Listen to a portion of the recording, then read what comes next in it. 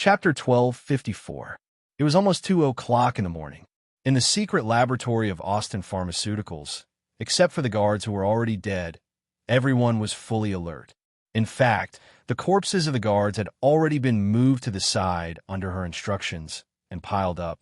The small mountain of corpses gave the employees a lot of pressure. The air seemed to have frozen, and only the sound of guns being disassembled could be heard. At this time, she was fiddling with a table full of modern weapons that she had confiscated from the guards. It seemed that she was more interested in these weapons before the experiment was successful. Mr. House could no longer maintain his composure, and he wiped the sweat from his palms on his pants again and again. Jimmy didn't say anything, but his gaze swept back and forth as if he was thinking about something. Finally, the leader of the research team suddenly said loudly, "It's done." Mr. House stood up in an instant and took 2 steps forward with difficulty. But he remembered that there was still her behind him, and his ecstatic expression froze. "Continue. Why are you looking at me?" She looked at Mr. House's interesting expression and teased, "Why? Aren't you coming out to embrace your new life?"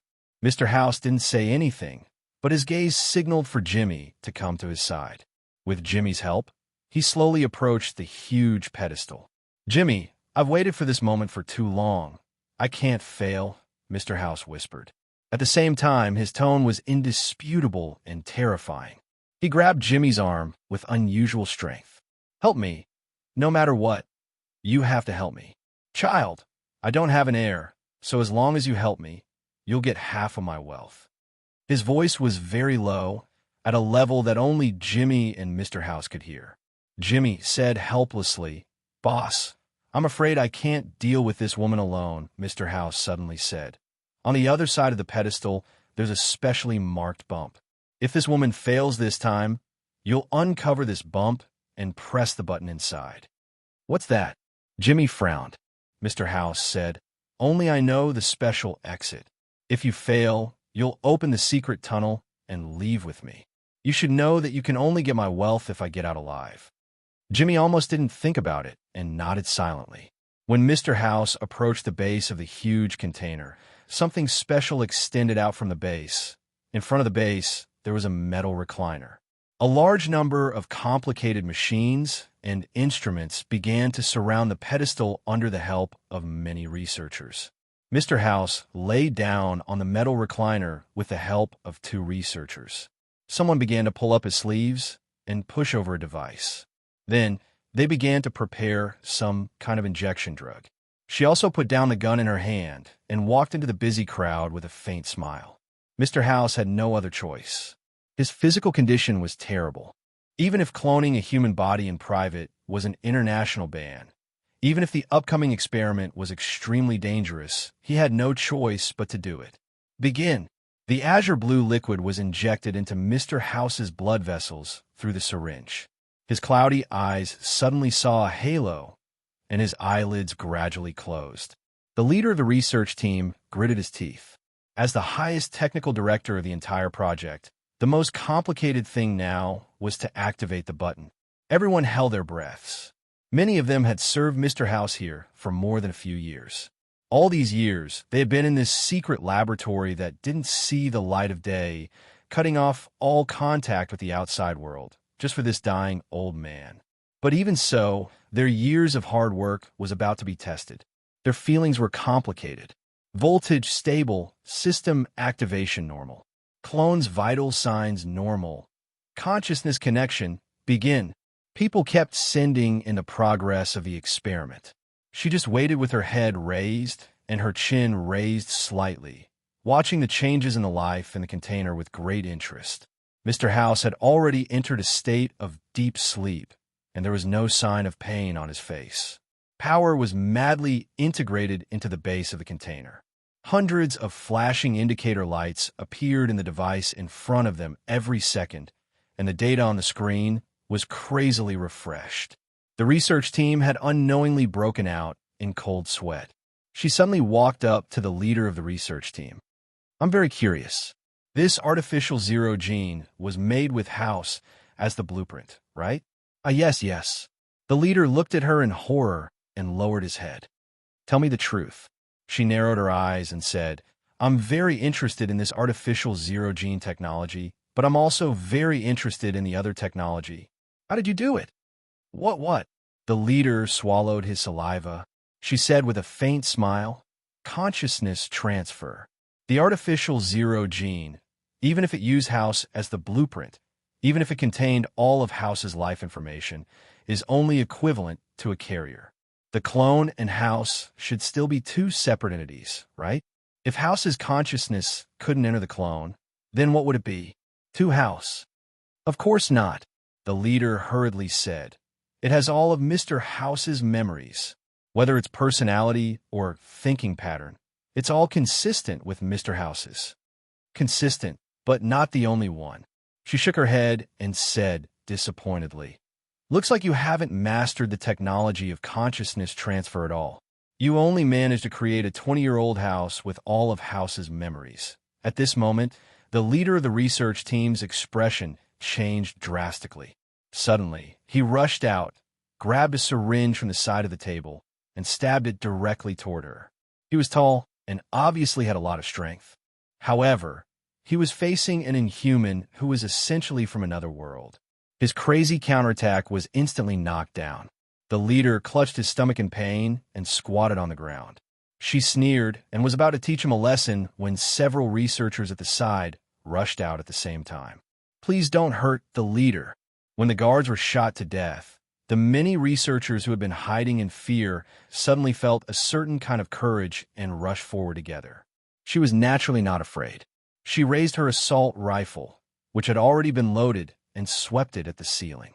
Instantly, the researchers were directly knocked back. It seems like the one who attacked me was him. In fact, I didn't do anything to him. I just asked a few questions. She snorted coldly. She did come here to solve a problem.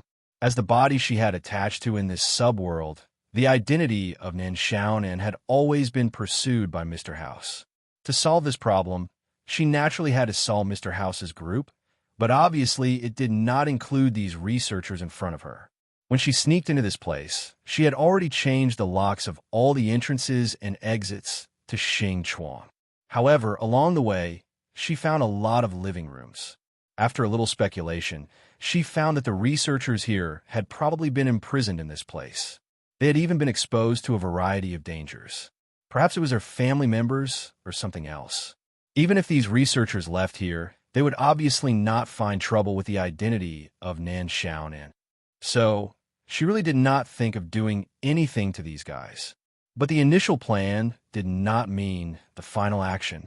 These people who did not know what was good for them had obviously angered her.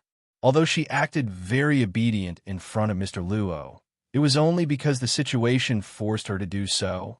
The real her, in the original subworld, was also known as the witch temperamental. We have no choice. Suddenly, a young researcher in his 30s said painfully, we're imprisoned in this place to help Mr. House with this project. His desire for new life is almost twisted. If we can't satisfy him, our families will not have a good ending. I haven't left this place for 5 years, but we can't transfer our consciousness at all. Originally, we could still keep on lacking the most crucial formula, using the reason of the artificial zero-gene production method as an excuse. But House has already gotten the formula. We have no way to reject him. Leader is doing this for us. Please don't kill him. Yes, please let us go. Well, thank you. Please. My parents don't even know if I'm alive or dead.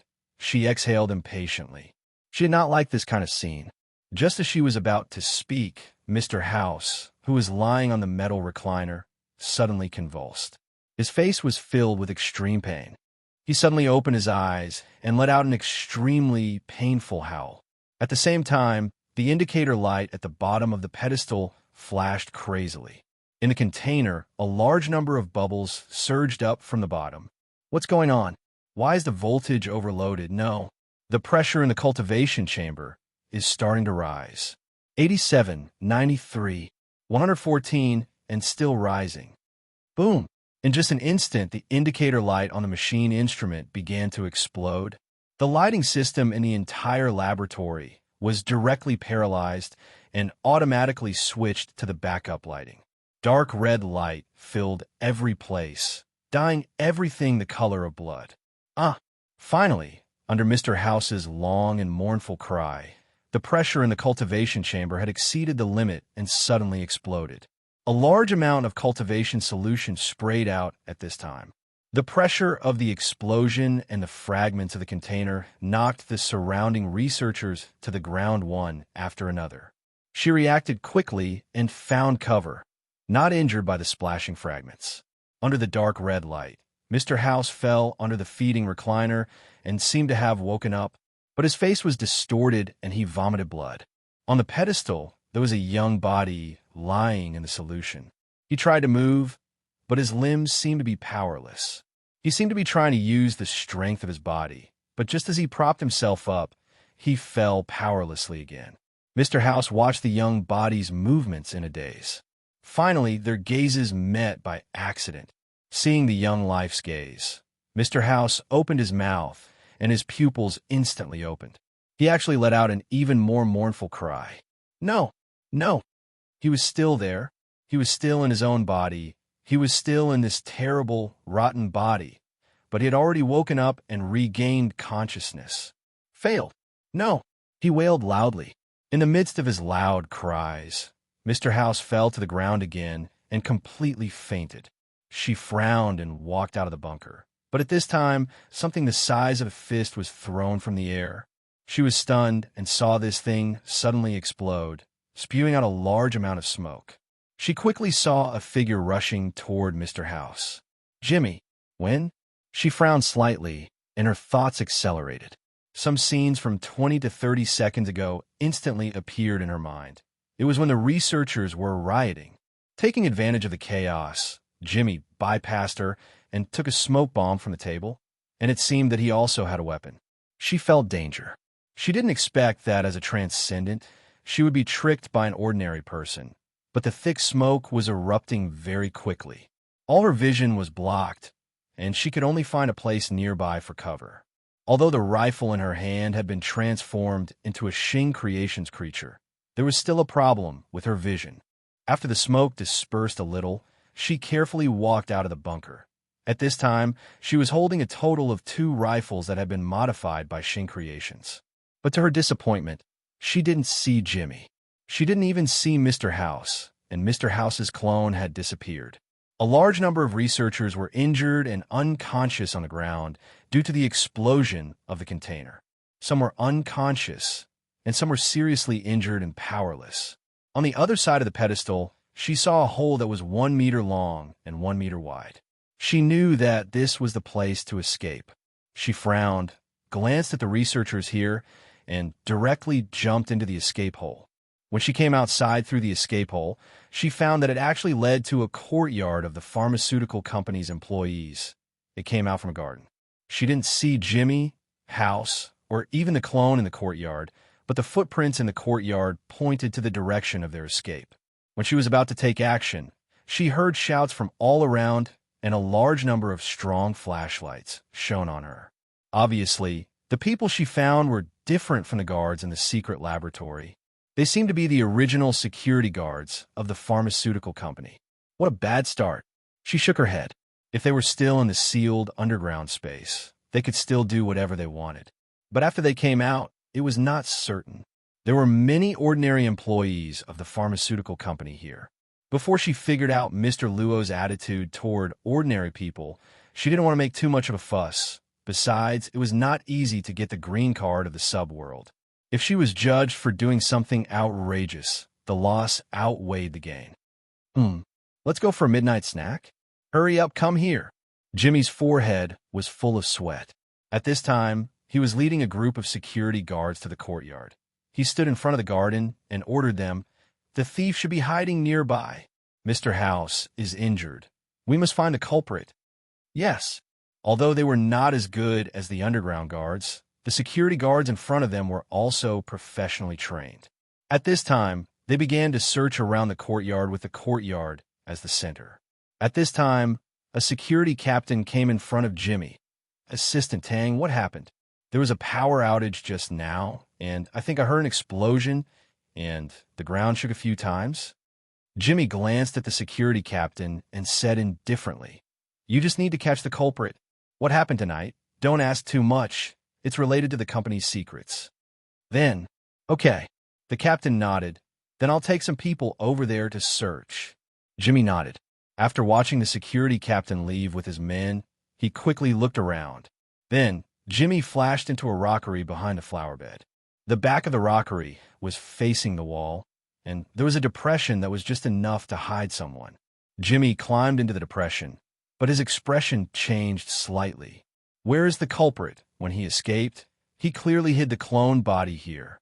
"Assistant Tang, we've searched everywhere, but we didn't find anyone suspicious." When it was almost dawn, Jimmy, whose eyes were bloodshot, listened to the security guard's report.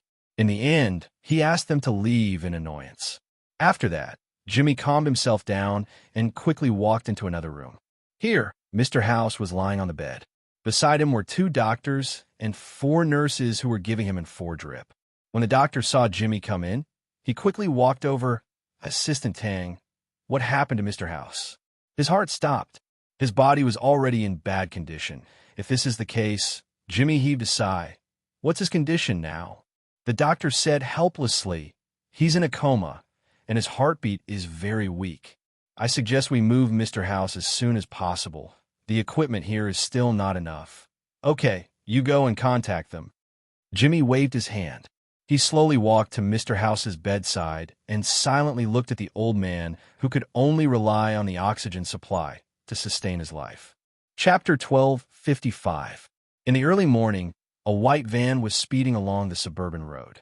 There were 3 men sitting in the van, and there were 2 big bags. There seemed to be something moving in the bags.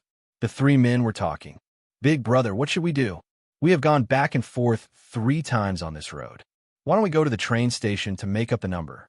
There are a lot of beggars and tramps there. Are you crazy? What if we leave something behind in such a crowded place? If Boss Chung accuses us of incompetence, who will pay you?" "Sai, why do you think Boss Chung is looking for these tramps? We have picked up a lot of corpses, but this is the first time we have picked up beggars. Why do we care about them? No one will care about them if they are missing, and no one will know. The police can't do anything about it. Let's take the money and go to Mr. Rich Boss to play with the prostitutes. Isn't it better than picking up corpses outside the bar?" "Big brother, there seems to be a person in front. F*CK. Naked. Is he an idiot?" The van suddenly stopped, and 2 men got out of the van. They ran forward and shone their flashlights. It was indeed a naked man, with messy hair and pale skin. This naked man walking on the road was actually a foreigner. But this foreigner seemed to have no reaction to the 2 men walking up with flashlights. He bent his body and walked slowly, as if his stamina was extremely poor. "What's wrong with this foreigner? He didn't respond to us when we shouted or touched him," one of them said, frowning, and pushed the foreigner. Unexpectedly, this push directly pushed the tall foreigner to the ground. The 2 of them were taken aback, but they saw the foreigner actually stagger up again. But this time, he didn't walk forward. Instead, he walked towards a van in front of the 2 of them. The big brother driving the van was startled. He watched the foreigner walk to the front of the van, then squatted down and reached for the halogen lamp. But this lamp had been on for most of the night, so the lamp shade had burned his hand. When a strange man touched the lamp shade, he immediately retracted his hand, showing a painful expression. But he didn't want to give up and began to reach out again, like this several times. This foreigner, is he stupid? Could it be that he was robbed and hurt his head? The big brother in the car suddenly gritted his teeth and said, "You too, don't just stand there. Get a condom and put this guy in the car." "Big brother, you're saying, this guy is a foreigner. Whatever. Shave his hair and eyebrows clean." Big brother sneered, "Dirty your body too. Anyway, it meets the requirements. No one here saw it. Once we get the money, everything will be fine. Hurry up and cut the crap." The 2 of them shuddered. That Boss Chung had offered a very high price, 200,000 for each of them. 200,000 was already here. Naturally, they hardened their hearts. The 2 of them followed their brother's instructions and took out a cloth bag to cover the man. Then, they carried him into the car. Then, They took out scissors and a tool knife and began to deal with the foreigner's hair and eyebrows. They also took some sand and dust from the side of the road and smeared it on the foreigner's body. The foreigner was like a fool. He just opened his eyes and watched the two of them. He didn't react at all, which saved the two of them a lot of trouble. Not long after, the van's engine roared and it sped off the road. Austin Private General Hospital. This was a private hospital invested in by Austin Pharmaceuticals. However, it had first-class equipment and wasn't a place that ordinary people could afford. At this time, in the hospital's most luxurious ward, Mr. House was lying on the bed with more than 5 pieces of equipment. There were also 2 doctors and 2 nurses taking care of him at all times. It was already past 10 in the morning. It had been more than 5 hours since Mr. House was transferred here. Looking at the still weak electrocardiogram, Jimmy asked the doctors and nurses to wait outside for the time being. The 2 doctors had some complaints, but under Jimmy's gaze, they didn't say anything in the end. Jimmy brought a stool over and sat next to Mr. House. He watched in silence. He rubbed his eyebrows and seemed to be thinking about something. After a while, Jimmy got up and was about to leave. However, at this time, Mr. House's fingers suddenly moved. His eyelids twitched, and then he slowly opened his eyes. Through the oxygen mask, one could hear Mr. House's weak voice calling out Jimmy's name. Jimmy, who was about to leave, stopped and turned to look at Mr. House. Mr. House was extremely weak at this time and didn't have the strength to speak. He only signaled with his eyes, as if he had thousands of words to say. Jimmy said indifferently, "Don't worry, you won't die for the time being, but it doesn't look like you can hold on for long." Mr. House's gaze suddenly became angry. He was angry because the opportunity he had been waiting for so many years was gone. Everything was like an illusion, and also because of Jimmy's current tone. It's too late to restart the experiment again.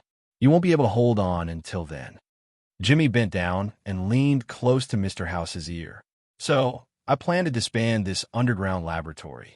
Mr. House's eyes suddenly widened. He stared at the assistant he had trained with his own hands.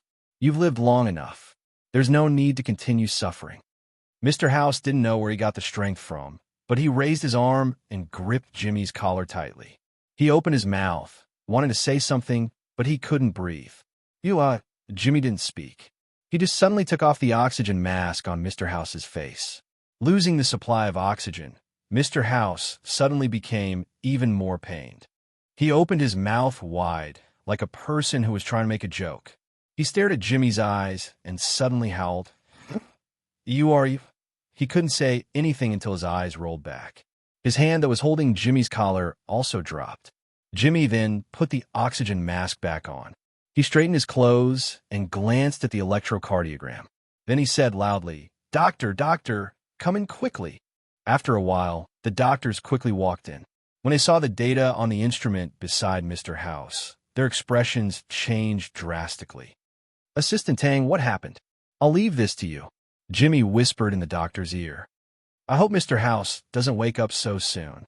Director, you're going to retire soon, right?" The doctor's expression changed slightly. He looked at Jimmy in surprise and didn't say anything. Jimmy patted the doctor's shoulder lightly and walked out expressionlessly. After he left the ward, he took out his phone. "It's me. Tell our people to withdraw and stop monitoring Nin Xiaonan." "Yes, temporarily stop monitoring her." He quickly put the phone back in his pocket. Suddenly, he coughed twice. His body seemed to be weak. He put one hand on the wall and muttered to himself, "I don't have much time left. Ring, ring, ring. Ring, ring, ring." The sound of the bell on the bicycle came. The bicycle slowly stopped in front of the park. Soon, the children playing there and the wives with the children came over. She looked to be in her 50s. She wore a hat, a white checkered uniform, and sleeves. She was selling a well-known yogurt drink by selling bicycles. This was a drink that children loved to eat. She took them out from the box on the back seat of the bicycle. From time to time, she would collect some change, and from time to time, she would raise her wallet and scan the QR code. She was very busy. After a while, the children left with the rows of yogurt drinks in satisfaction. Only then did she relax a little. After a while, she pushed the bicycle to the side and sat down on a stool in the park. Then, She took out a thermos bottle from the front basket of the bicycle. She twisted it open. One layer was filled with vegetables, and the other layer was filled with simple salted fish and steamed meat. The white rice at the bottom was still warm. She held it and started eating. I haven't had this in a long time. Hearing this, she looked up and quickly closed the thermos bottle. She smiled and said, "It's very cheap. 12 you on a row. Do you want to buy it, little brother?" "Then give me a row." The young man smiled. She quickly went to get the drinks in the box. At the same time, she looked at the people in front of her. It was actually two people, a man and a woman. They looked like a couple. She felt a little different, but she couldn't tell what the difference was. She only felt that this man and woman were really blessed by the heavens. Carrying big and small bags, they looked like they had just come out of the supermarket. "It's rare to see people buy drinks like this," the young man said casually. She smiled and said, "It's rare. There aren't many left now. Next year, there won't be any left. When we go to get the goods, people feel that they can't sell it for much, so they don't do it. Now, they put it in the supermarket, in the convenience store, or in the e-commerce store." The young man smiled and said, "When I was young, the school gate was surrounded by people." She didn't expect this young man to be so approachable. She was more or less happy. Young people were more impetuous and didn't communicate much with others. It wasn't that there weren't young people who didn't buy from her, but most of them bought and paid. They just asked how much it was and said how much it was. No one wanted to chat with strangers. "There's still one row left. How about this? I'll give you 10 yuan for the second row. Take the goods, and I'll just clear this box." "Okay." The young man nodded with a smile. He seemed to like being able to buy cheap things. As he said that, he went to take the wallet in his pocket. The blonde woman beside him obediently took the things he was carrying. She reached out to take the bits and pieces of money, full of joy. However, all of a sudden, her vision turned black, and she felt the world spinning around her. She was about to lose her footing and fall to the ground. Just as she was about to hit the ground, her head strangely stopped a few centimeters away from the concrete floor. No one saw this scene, except for the man and woman who had just returned from shopping in the supermarket. "Master?" The young man thought for a while and said, "I tried a lot of things in the supermarket just now. Anyway, I'm not hungry. Go back later." Hearing that, the girl understood the young man's intention. She nodded and reached out to help her to sit down on the stool. But she didn't wake up, and her face was very pale. The girl pressed her hand on her wrist and held it gently. "Master, this lady's body." The young man shook his head silently. After snapping his fingers, the phone hidden in his pocket automatically floated out and started to dial automatically. "Let's inform her family first." On the phone, it was written "Son." In the meeting, a discussion about a new product launch was going on. Suddenly, the phone rang and vibrated at the same time, attracting everyone's attention. Looking at the uncomfortable look on the project manager's face after being interrupted, Tao Kai suddenly felt hot in his ears. He glanced at the caller ID. It was written Mom. So without thinking much, he directly put the phone on silent mode. "Sorry, I forgot to put it on silent mode." At the same time, the project team didn't pay much attention to it, because this young man was a newcomer who had just graduated. Well, it was normal for young people to be inconsiderate. Everyone was like this, but the society was high speed, and no one had the heart to give more advice. The project manager started from where he was interrupted and continued to explain the content of a new product. He seemed to turn a blind eye to the newcomer named Tao Kai. Tao Kai secretly sighed and hurriedly sent a message under the table, saying that he was in a meeting. At this time, the project manager knocked twice on the blackboard, which scared Tao Kai so much that he quickly sat up straight. He said that he was in a meeting. The beautiful girl with blonde hair and blue eyes looked up and asked softly. No one was operating the phone at this time, but soon another number was dialed. It said daughter, in front of the office of the IT company. She was 27 or 28 years old, with short hair and a smart and capable impression. At this time, she was chatting with her colleagues, discussing how to spend the weekend. "Sister Tao Tao, are you going home this weekend?" Her companion called her intimately. The girl called Sister Tao Tao said casually, "No, it's only 2 days. It'll take 1 day to go back and forth." Let's wait for my mom's birthday next time. The girl nodded. That's right. You went there on Mother's Day not long ago. Then let's go shopping this weekend? Then watch a movie and go to karaoke? Oh, I've been busy for a week. I need to reward myself well, otherwise I'll die. You've been working hard. Sister Tao Tao smiled. Ring, ring, ring. Ring, ring, ring. The phone rang. Sister Tao Tao glanced at it. The caller ID said Mom. Hello, Mom? Who are you? What, my mom fainted on the way. Wait, who are you? Why should I believe you? Chapter 1256. In front of the hospital, Tao Kai was in a hurry as he walked quickly. A blue suit and a black backpack.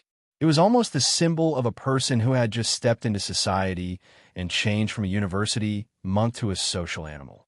He came to the front of the inquiry desk. Zheng Lihong, just sent here. Where's she now? I'm her son. Please wait a moment. The nurse looked up and then began to inquire. After a while, she said, Zheng Lihong is now in bed 305, bed 20. Thank you. Tao Kai hurriedly thanked and then continued to walk quickly. He looked for the way to the ward while holding the phone. Hello, sister. I'm at the hospital. Well, I haven't seen her yet. I'll tell you the situation when I see her. Yes, don't worry. Wait for my news. When Tao Kai found ward 305, he went straight in. He found that this wasn't a common ward. There were only 2 beds, and they were covered by curtains. Tao Kai was stunned. According to his sister, someone sent his unconscious mother to the hospital. Thinking of the phone call in the meeting, Tao Kai suddenly felt a lingering fear. He directly opened the curtain and saw his mother, Zheng Lihong, sitting at the head of the bed. Beside her was a blonde woman. She was peeling an apple. Tao Kai was startled. Without thinking too much, he shouted, Mom, how are you feeling? Zheng Lihong was naturally happy to see her son. At this time, she reached out and grabbed Tao Kai's arm. I'm fine. The doctor said that my blood sugar is too low. I'll be fine after a few days of rest. Only then did Tao Kai heave a sigh of relief.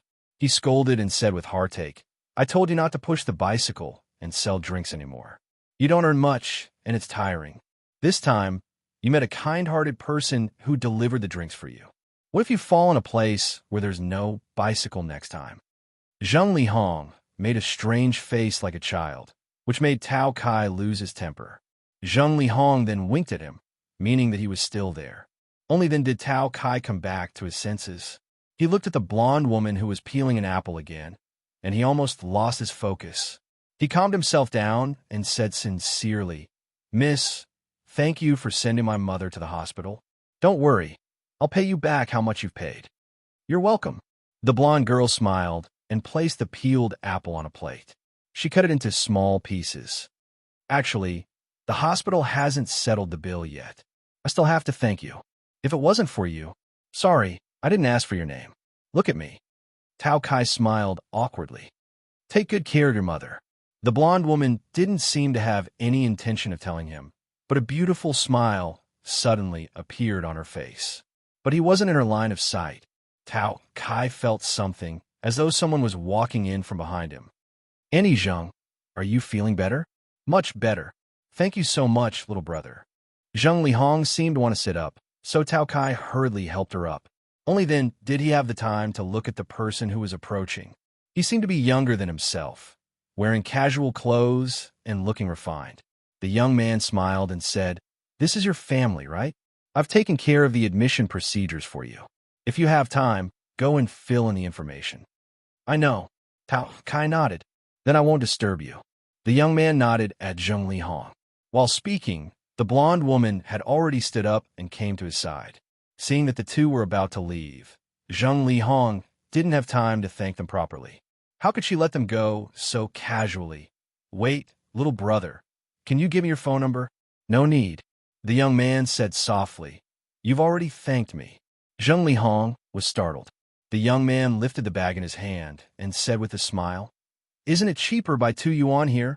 He was talking about the cheaper yogurt drinks in the second row. Zheng Lihong couldn't say anything. She only felt as though something was stuck in her throat, and she couldn't say anything. Tao Kai didn't know what the conversation between them meant. The couple left very quickly, and even pulled up the curtain. Zheng Lihong quickly patted her son's arm. Tao Kai finally reacted. He opened the curtain and chased after them. But in the blink of an eye, he couldn't see the young man and woman in the corridor outside the ward. Tao Kai had no choice but to return to his mother.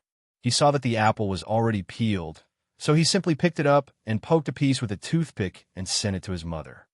It's rare to see such a good child and girl. Zheng Lihong sighed. Learn from them. Don't be so impatient all the time. They're other people's children. Haha. Tao Kai shook his head. You listened when they told you to rest more. I told you not to sell that elixir usually, but you ignored my words. What's wrong with that? Zheng Lihong suddenly glared at him. Didn't I raise you by pedaling my bicycle every day?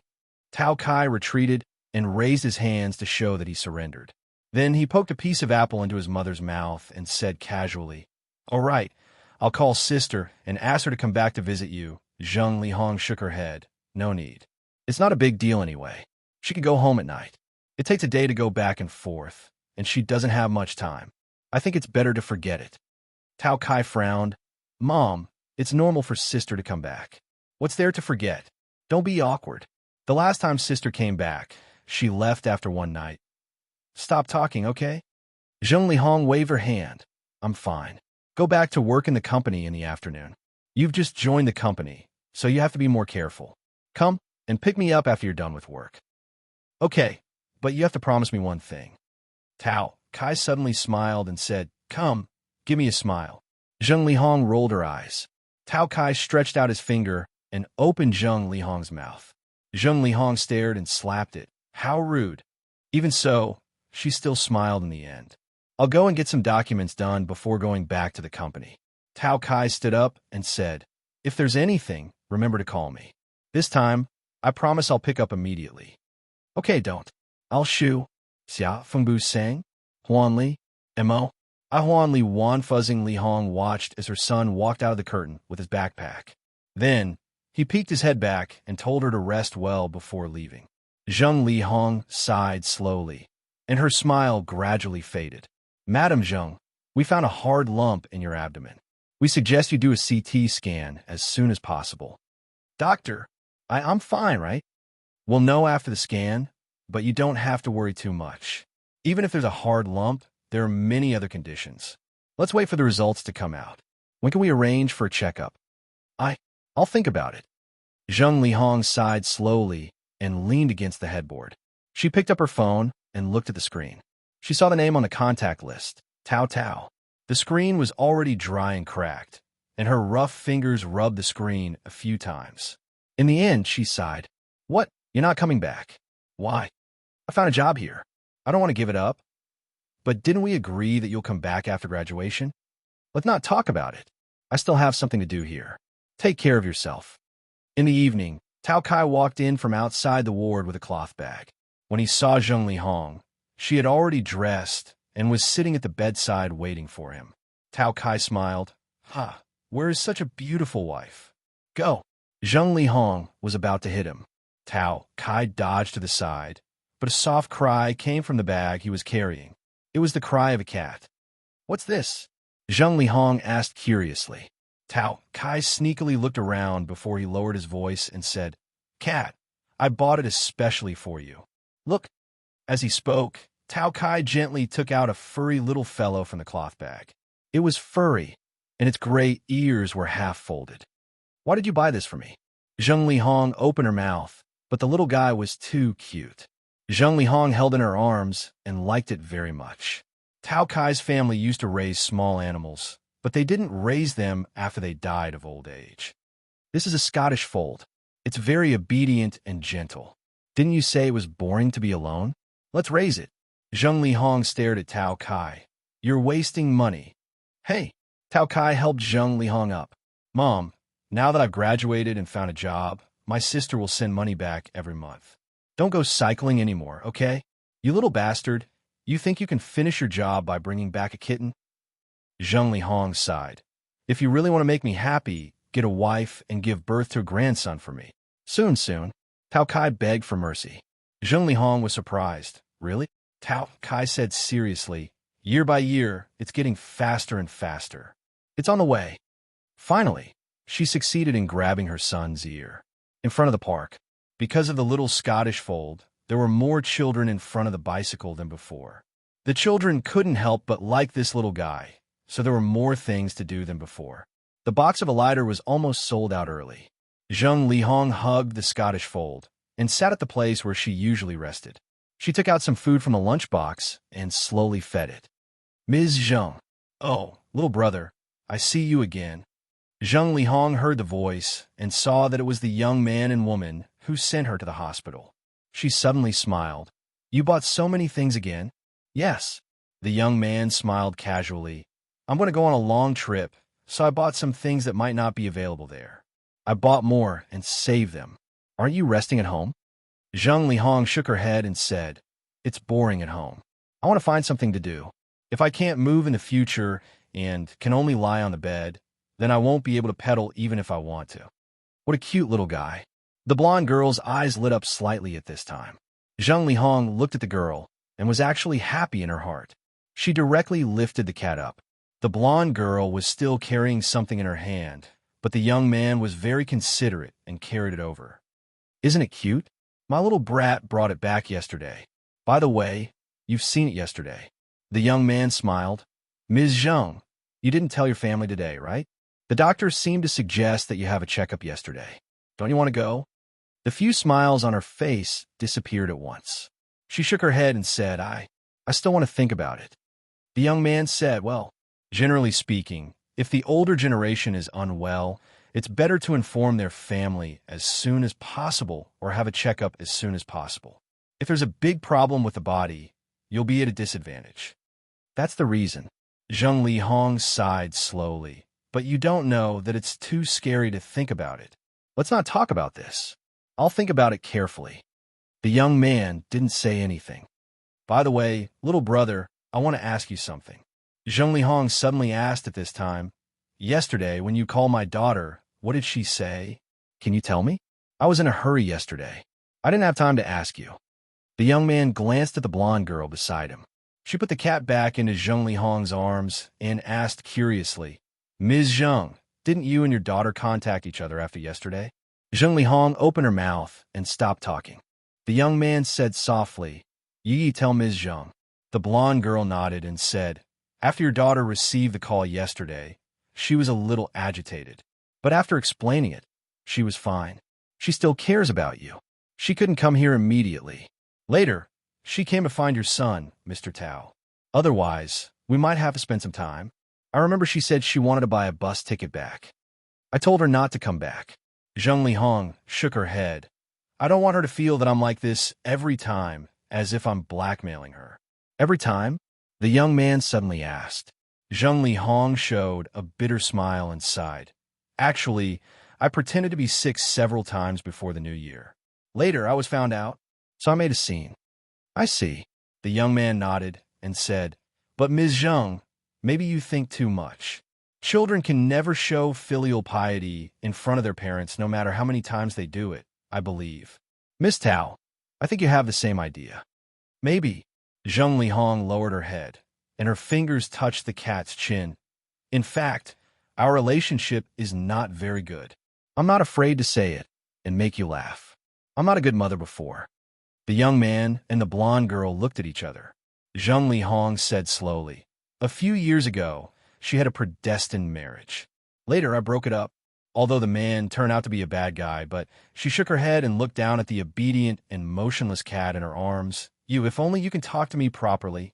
Chapter 1257.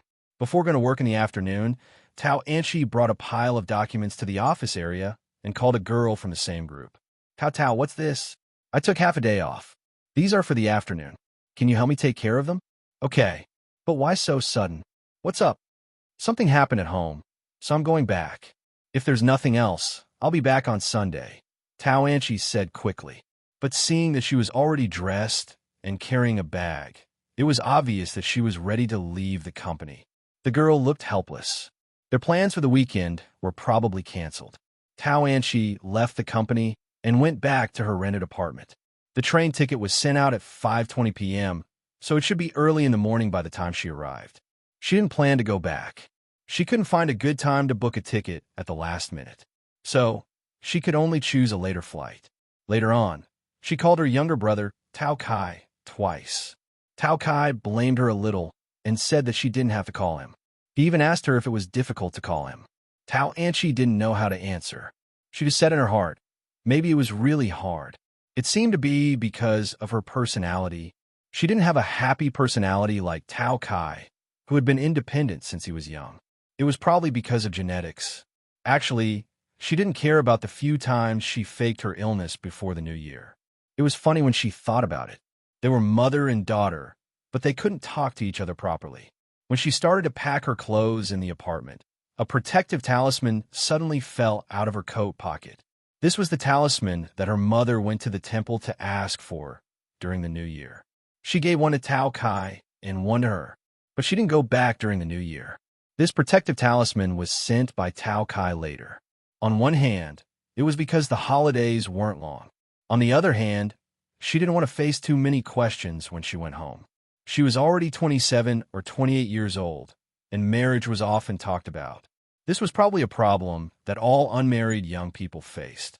Maybe she should have a good talk when she went back. Tao Anchi held the protective charm in her hand, but she couldn't find the words to say. She knew that she was really too competitive, just like a hedgehog.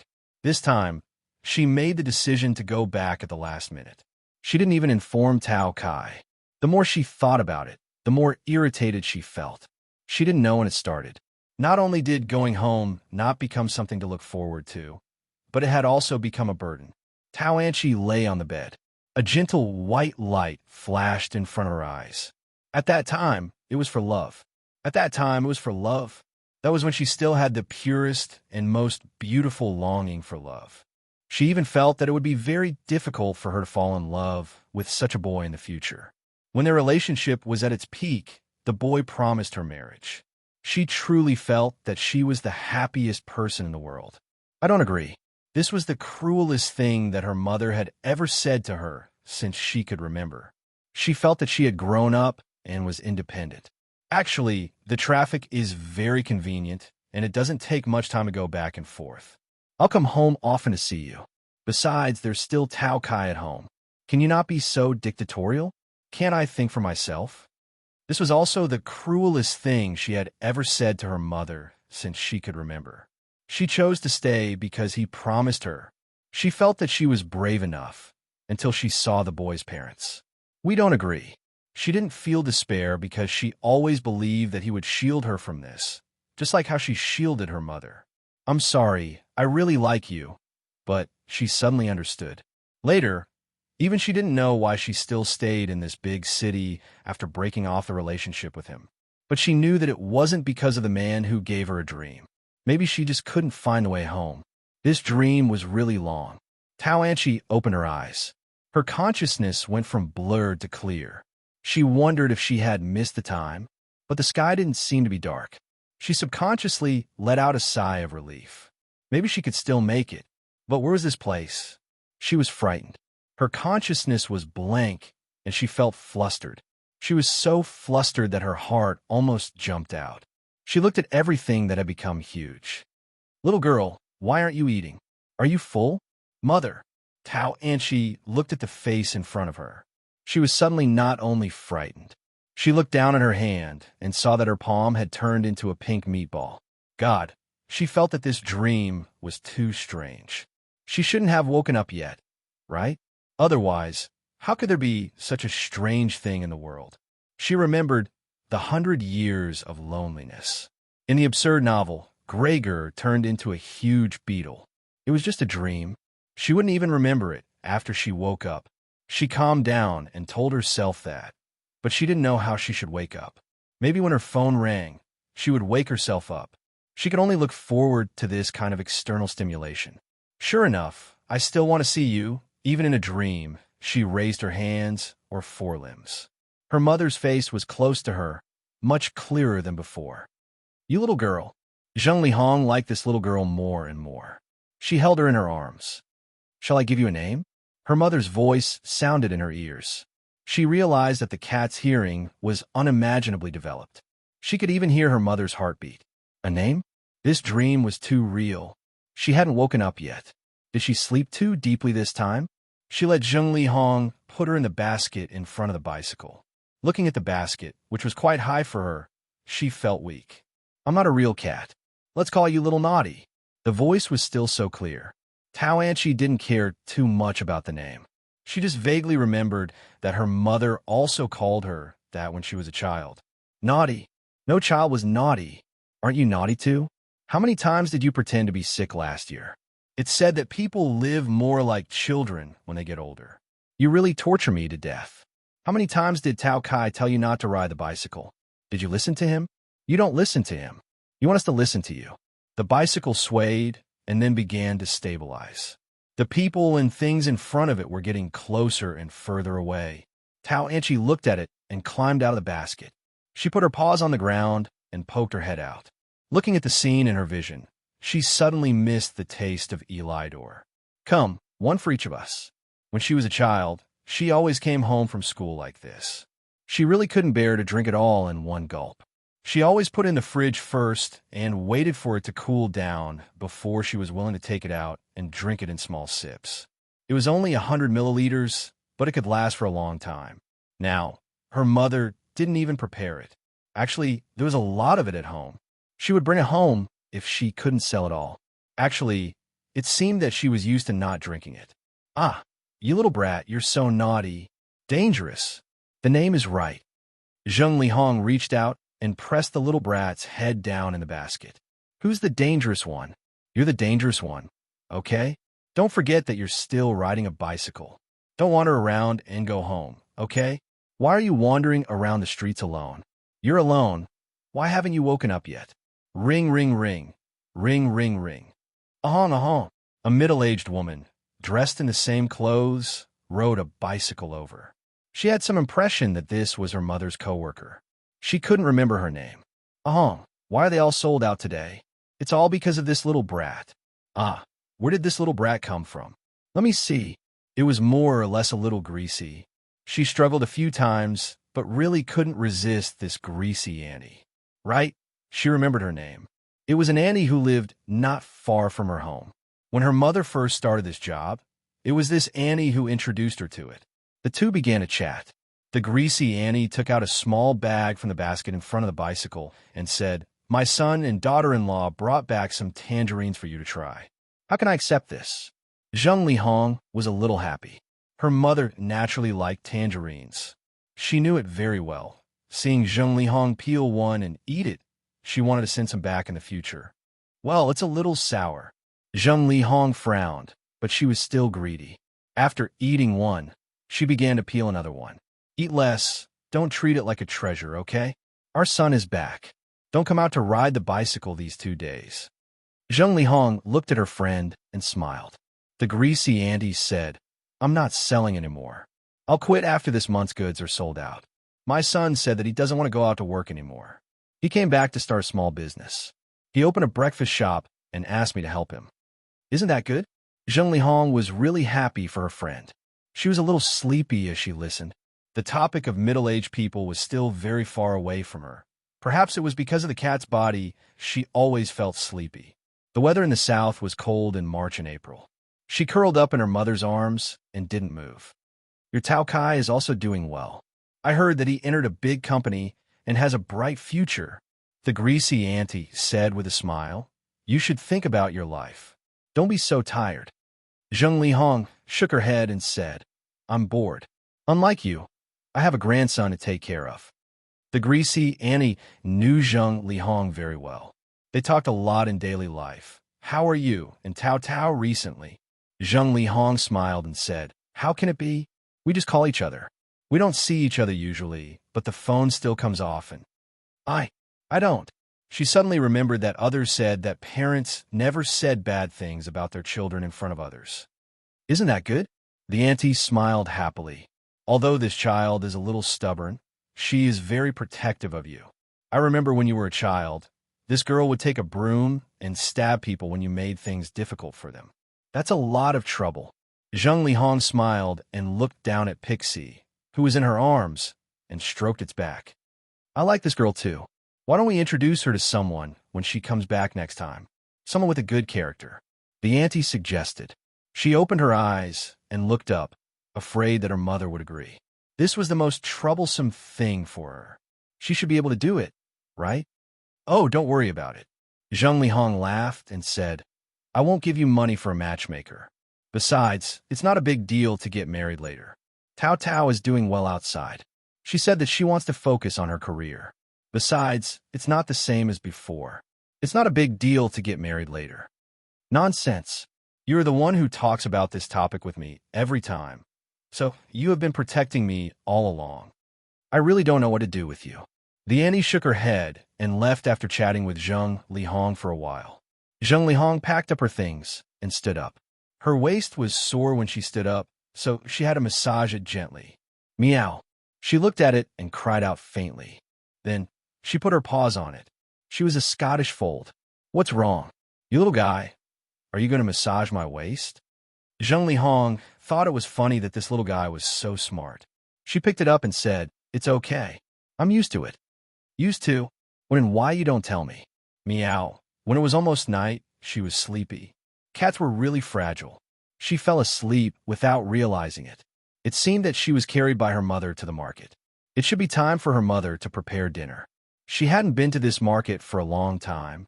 When was the last time she was here? Her memory stopped at a very short time. Her mother was carrying her 1-year-old Tao Kai and holding her hand. When it was time to close, the food in the market would always be cheaper. Sister Hong, do you want chicken? You want to kill one of the chickens you raised last time? No, I can't finish it in one meal. Zheng Lihong shook her head and said bitterly, You continue to raise it. I'm telling you, I'm raising this chicken for my daughter to eat. If you dare to sell it to others, I'll scold you to death. Sister Hong, we've been neighbors for so many years. What do you mean by that? Okay. Do you want half a piece of salt? I'll eat it. I didn't eat a piece when I came back last time. You? How long have you been waiting? Meow. Are you tired, little guy? We're going home soon. Do you want to buy a fish for you? Meow. You're not coming back for dinner? Why didn't you say so earlier? I'm sorry, Mom. I have to work overtime. I can't help it. Don't wait for me. I promise. I'll wash the dishes when I come back tonight. Okay. I'll talk to you later. Really? Zheng Lihong hung up the phone helplessly. She looked at the half a piece of salt on the table. I can't finish this much. Meow, I'm here. I'm here. Little guy, why aren't you eating? She saw the little guy lying at her feet and biting her trousers. Zheng Lihong held Pixie in her arms and laughed. What's wrong? Do you want to eat with me? I'm here. Okay, let's eat together. Zheng Lihong carefully picked up a piece of fish, removed the bones, and brought it to Pixie Puppy's mouth. The TV was on. Zheng Lihong didn't sit at the dining table. She just watched TV while eating alone. Last night, a fire broke out in the factory area of a famous company in our city. Fortunately, the firefighters arrived in time and there were no casualties. Zheng Lihong raised her head and muttered to herself, such a big fire.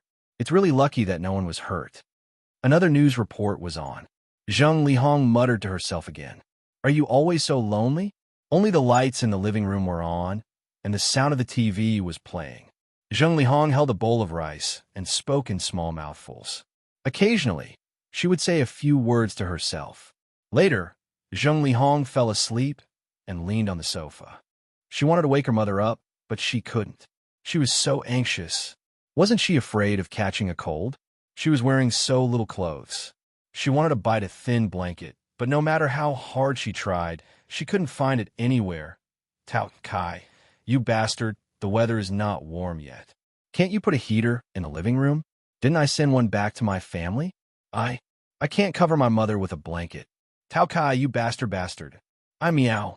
Meow. She finally jumped onto Zheng Lihong's body and snuggled into her arms. At least, she could give her some. Meow. She woke up again, but she didn't wake up from the dream.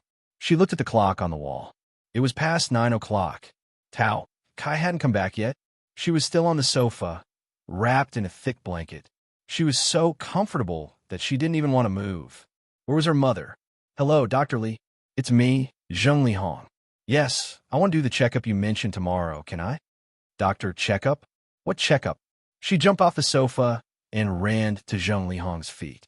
Her mother didn't say anything. She squatted down and put Naughty Puppy in a new cattery on the balcony. She knew her mother went to bed early. But you haven't told me why you want to do the checkup. Checkup. She suddenly felt an unprecedented fear. Zheng Lihong wasn't at home early in the morning. When she woke up, there was some food in front of the cattery. Considering the cat's appetite, she probably didn't need to eat for a whole day. She didn't see Tao Kai, but judging from the clothes hanging on the balcony, he should have come back late last night. Checkup. Was he doing the checkup? She was thinking about it. The balcony door was closed, so she couldn't go anywhere. Even climbing onto the balcony was extremely difficult. She knew that it was hard to get through a day alone, but she had never known that a day could be so long. This dream didn't seem to want her to wake up. She thought about it for another hour, zoned out for another hour.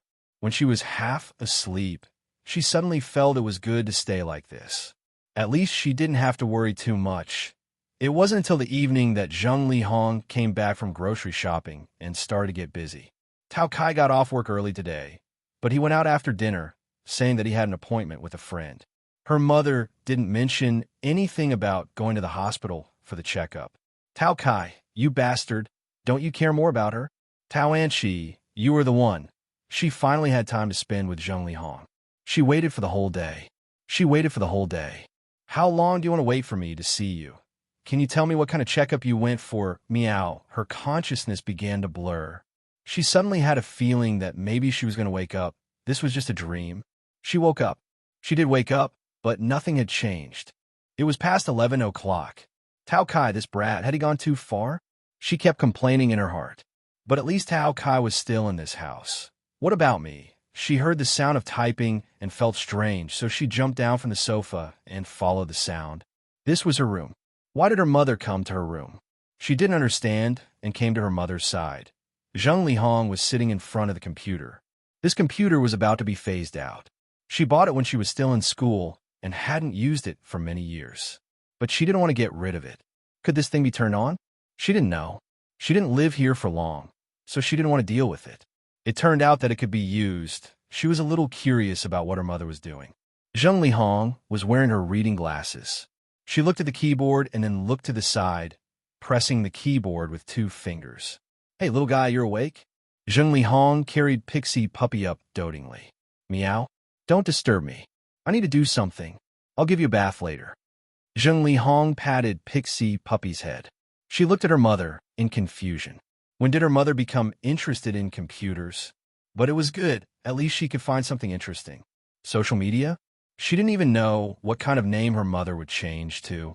She didn't want to chat with any weird people. There were too many scammers on the internet. She couldn't help but worry. Red in the Sky. She was stunned when she saw the name. What? Wasn't this the account her mother had been using? She still had it saved in her phone, but they rarely chatted. She smiled bitterly in her heart. This dream was long enough and realistic enough. Would he never be able to wake up like this? What should she do? Why didn't you update today? Zheng Lihong muttered to herself. She turned around and looked at the screen. She was stunned by what she saw. You're looking at my updates. Zheng Lihong moved the mouse bit by bit. Text, and after the text, there were pictures. Didn't I ask for leave? Yesterday's, wasn't this a dream? She was in a state of confusion, unable to distinguish between reality and illusion. She saw her mother open up a selfie of herself from yesterday and enlarge it. She didn't understand. Zheng Lihong took her phone, zoomed in on the photo on the screen, and took a picture. She still didn't understand, but her heart suddenly hurt. Let me show you something, okay? She saw her mother's satisfied smile. She turned off the computer and carried Pixie Puppy back to her room. She took out a photo album from the bottom drawer of her wardrobe. She opened it and showed it to Pixie Puppy. How is it? Remember this person. Don't be scared when she comes back next time. Zheng Lihong said gently with a smile. She showed Pixie Puppy the album page by page as if she was teaching a lesson. When she was a baby, when she performed in kindergarten, when she was in elementary school, when she won first place in the junior high school sports competition, when she graduated from high school, when she graduated from college. It turned out that there were so many. She looked at herself as she grew up. It felt like a lifetime had passed. It was almost time. After she graduated from college, she was still flipping through the album, and a new page appeared. The first time she attended a company event, The first time she went abroad for a trip, the time she went to a restaurant she liked to eat, she knew where these photos came from. She knew why her mother took that selfie with her phone. Did you always take photos like this? When she went to the movies with her colleagues, was it always like this? When they celebrated her birthday, she smiled happily. This is my 27th birthday. I actually made a wish last year when I was promoted, last month when I caught a cold and was on a 4 drip at the hospital. This is so ugly. I deleted it long ago. Why did you take it? Why did you do it? I'm sorry. Mom, I'm sorry. Meow, meow, meow. Zheng Lihong smiled and rubbed the corners of her eyes. She screamed even louder. Meow, meow, meow. She screamed at the top of her lungs. This scared Zheng Lihong. What's wrong with you? Are you not feeling well, little one? She hurriedly hugged it in her arms. Meow. Let me say something, okay? Meow, let me say something.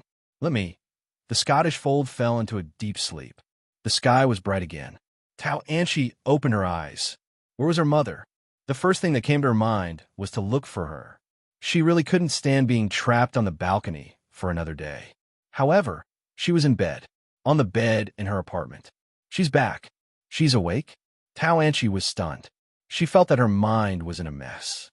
However, since she had woken up here, it was just a rough night. She heaved a sigh of relief, but at the same time, she also felt a sense of emptiness.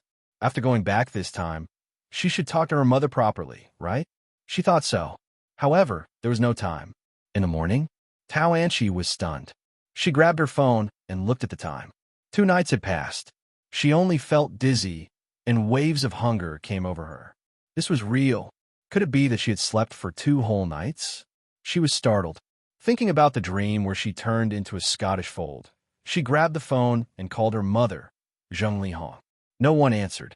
It kept ringing, but no one answered. Tao Anchi was anxious and called Tao Kai. Hello. Sister, good morning. What's up? Are you home?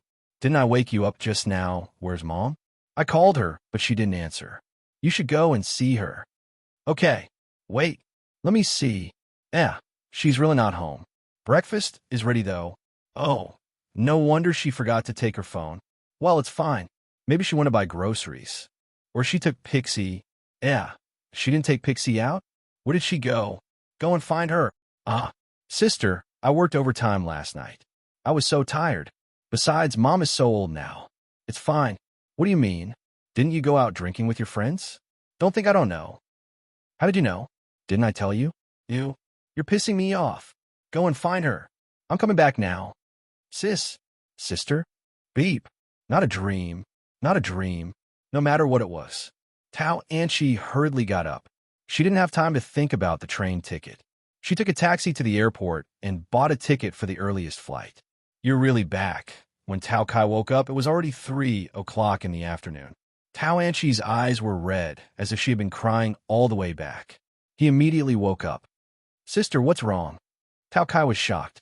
Tao Anchi said in a hoarse voice, Didn't I ask you to find Mom? You only know how to sleep? Did something happen? I don't know. I'm very confused now. Anyway, get up now. I'll give you 3 minutes. If you don't put on your clothes and come out, don't talk to me anymore. Tao Anchi angrily walked out of the living room. She didn't even have time to change her shoes. She looked at the time anxiously and at Pixie, who was in the cattery on the balcony. She still felt that it was unreal. She just pinched her arm hard, and the pain pierced her heart. It wasn't a dream. She rushed into her mother's room and found the photo album in the smallest drawer of the wardrobe. She opened it, and her heart ached. She couldn't stop her tears from flowing down. What a silly mother. She even forgot to bring her phone. Zheng Lihong sighed. She had a bad memory. She left the house with a heavy heart in the morning and didn't remember until she arrived at the hospital. The report hadn't come out yet. She had to wait until it came out. It was said that time could pass very quickly or very slowly for the elderly. It could even pass by without them noticing. Zheng Lihong sat alone in the hospital. Time really passed quickly. She was in a daze for a while, and it was almost time. It turned out that she had been sitting there for a whole day. It was almost time, right? Zheng Lihong stood up with her hands on her knees. Just now, The nurse came over and told her that the report was out and she could go to the doctor's office. Zheng Lihong looked at the people who were waiting for their numbers to be called or sitting there like her. It was really uncomfortable to stay in this place. Dr. Li, my illness. She looked at the doctor who was about the same age as her and nervously grasped the red shopping bag in her hand. Tao Anchi didn't tell Tao Kai about her strange dream. She just said that her mother might be hiding something from them and secretly went to the hospital for a checkup. This really frightened Tao Kai quite a bit. Dr. Li, Tao Kai was stunned. Yes, you know. Tao Anchi suddenly grabbed Tao Kai's arm. She was still holding the photo album. A few days ago, Mom fainted and was admitted to the hospital. I looked at the information and it seemed to say something like Dr. Li. Could it be, this is the hospital? Tao Kai pointed at the entrance of the hospital as soon as he got out of the car. Tao Anchi took a deep breath and walked in with a serious expression. At this time, the phone rang. She glanced at it and saw that it was a call from her boss. Tao Anchi gritted her teeth and directly hung up the phone. The two of them split up and looked for her in the hospital. She didn't know why, but she had a very strong feeling that it would be in this direction. Mom! Zheng Lihong sat on the chair in the corridor in front of the doctor's office, holding the checkup report in her hand and sitting there in a daze. Mom! When she looked up, she saw Tao Anchi standing at the corner of the corridor, gasping for breath, and then quickly running to her side. Anchi, why are you? Mom, Mom, Mom! Tao Anchi cried and directly hugged her, sobbing on her mother's shoulder. Mom, Mom, I'm sorry. I won't go, I'll come back. I want to come back. I want to stay by your side, Mom, Mom. Don't leave me. You child, why are you crying? Zheng Lihong's heart ached and she hugged her. Look at you crying, it's nothing serious. I know. Tao Anchi cried. Is it a checkup? Zheng Lihong opened her mouth and finally sighed. The doctor said, it's benign. He just asked me to rest. You can see if you don't believe me. Benign. At this moment, she discovered that it was actually this kind of happiness. On the street. Sis, you've really decided to come back? Tao Kai curiously put his arm on Tao Anchi's shoulder and asked, didn't you say that you still have a chance to be promoted this year? Tao Anchi rolled her eyes. You idiot. If I wasn't at home, no one would cover my mom when she fell asleep. Tao Kai muttered, you make it sound like you've covered her before. What did you say? I said you're so beautiful. If you were my sister, I would definitely chase you. Go to hell. Zheng Lihong walked in front with Pixie in her arms, very happy. Behind her, the sister and brother were talking and laughing, just like when they were little. When they passed by a photo studio, Tao Anchi suddenly called her mother and Tao Kai down. She suddenly had an idea in her mind. Why don't we take a family photo? Zheng Lihong glanced at Tao Kai and laughed from the bottom of her heart. Of course, that's a good idea. Tao Kai pushed the door open and walked in, only to be greeted by a blonde girl and a smiling young man at the counter. Hey, aren't you? The young man said. Is there anything I can help you with? I want. Tao Anchi came from behind and hugged Zheng Lihong and Tao Kai. Can we take a family photo? Of course. The young man smiled. The preparation was very fast. In the studio, the blonde girl turned on the lights, and the young man took a golden camera. Come on, everyone, smile, will you? Wait, Tao Anchi suddenly said. She thought for a while and then held Pixie in her arms. She had an indescribable feeling. The little guy tilted his head and blinked his eyes. And him. I don't know how many people's reports don't have the word benign written on them. I just hope that everyone has a benign story. There are no twists and turns in this story, and there is not much suspense. It's just a very simple story.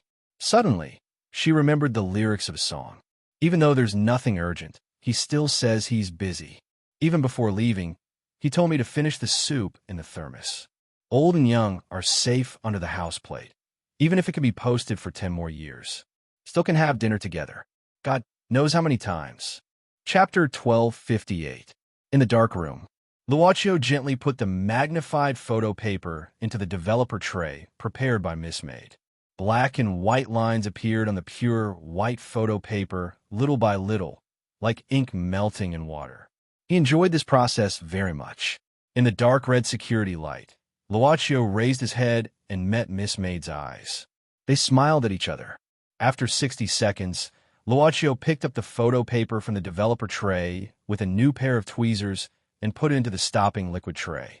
After about 10 seconds, he picked up the photo paper again and put it into the fixing liquid in the third tray.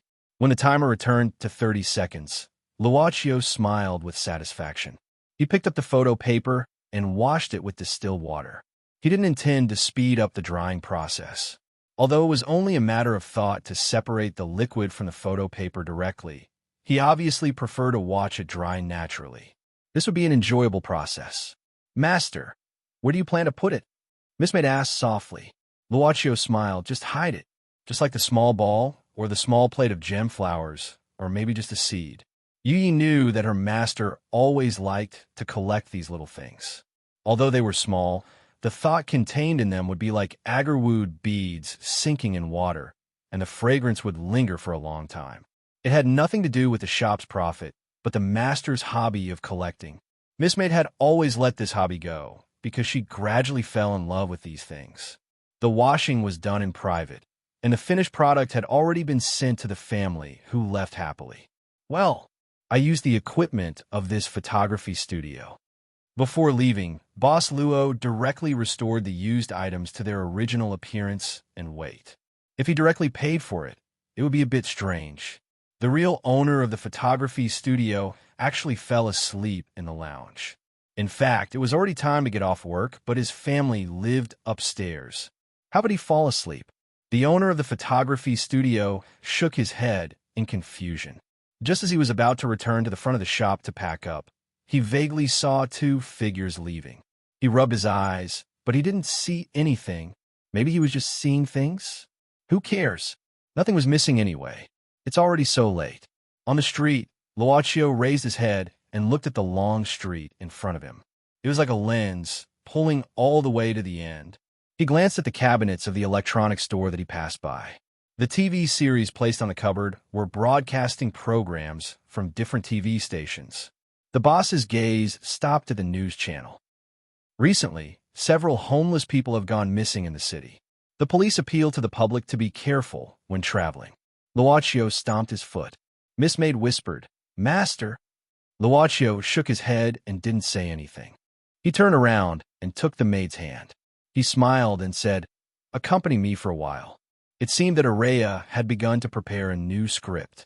After he very willfully redefined Runziling, the original war between the transcendence and the secular world was naturally postponed. The direction of the big script wouldn't change. Since the choice of the reboot this time was the war between the transcendence and the secular world. Although the time of the reboot was postponed, it wouldn't really wait until then to really take action. Of course, it would make all kinds of sufficient preparations in the early stage. The protagonist of Runziling was the Path of Cloth before. It was just unknown who the protagonist would be after Runziling. In fact, Luaccio could ask it properly. After all, the higher authority was placed here. However, it was better not to disturb it during this period. Sometimes, Luaccio felt that he owed Araya number 003. He had already asked it to change the big script once. With Araya's deduction ability, it wasn't difficult to change the script halfway. However, it had to deduce again and again. If Araya had a heart, it would probably explode. It was like a designer who was constantly troubled by customers and had to change the drawings again and again. Some of Boss Luo's bad interests suddenly appeared. It was unknown whether this manager without a heart would really explode. It should be very cute. Wharf, Warehouse District. In the middle of the night, a black 7 Series slowly drove in. Not long after, the car stopped in front of a container. Seeing the car, several young men who were guarding here hurriedly put on smiles and greeted the car. "Boss Chung." "Good evening, Boss Chung." The man who got off the car covered his nose with a tissue. Chungyin didn't like the smell here. There were all kinds of smells, of course. There were all kinds of people. When he came in, he met 2 similar cars, but they went to different places. Many smuggling bosses would choose this place to unload their goods. Chungyin didn't speak first, but just nodded. The young men who were waiting here understood and took the lead to make a gesture to the people behind. Then, two young men slowly opened the container behind them, while the other two young men waited with an iron pipe and a watermelon knife. The door of the container slowly opened as two strong light beams shot in. At the end of the container, Chung Yun saw more than 10 sloppy vagrants in ragged clothes. He couldn't tell their ages at the moment. At this moment, they were all curled up. When the light shone in, they naturally showed a frightened look, but some of them looked sluggish. "Boss Cheng, how is it?" "There are 16 of them, all according to your order." The leading big brother fawned. "They're all picked up from the outside. Most of them are idiots, and no one saw them." "Don't worry, my brothers are all clean." "Really?" Chung Yin said indifferently. Actually, his voice was a bit hoarse and sharp, which made him look sinister when he spoke. The leading big brother nodded and bowed. "Of course, we will definitely do what you ordered us to do well." Chung Yin sneered. "Really? I heard that the police recently received a few cases of missing vagrants." "How could it be?" The leading big brother hurriedly said. "Humph." Chung Yin snorted. "How could it be? It was reported on the news on TV. Do you think I'm an idiot? Fat chicken, do you think it's easy to earn my money, so you can earn it however you want?" The leading big brother. Fat Chicken was so scared that he broke out in a cold sweat. Good people were afraid of troublemakers, gangsters, and hooligans. But these troublemakers and hooligans naturally had people they were afraid of, like those who had great influence in government and business. It's like this. Fat Chicken was frightened. "I have two bastards who couldn't find anyone to report to, so I went to the train station and caught two. Maybe it was a mistake." "Humph.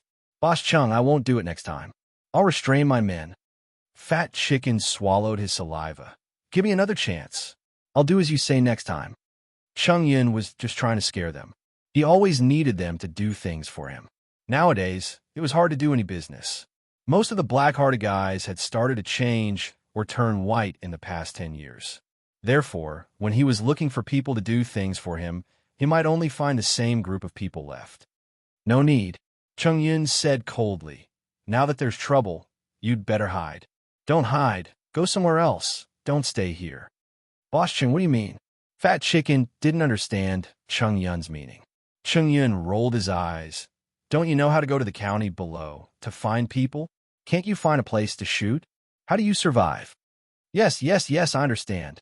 Fat Chicken nodded at once, then asked shamelessly, "Boss Chung, what do you think of the goods this time?"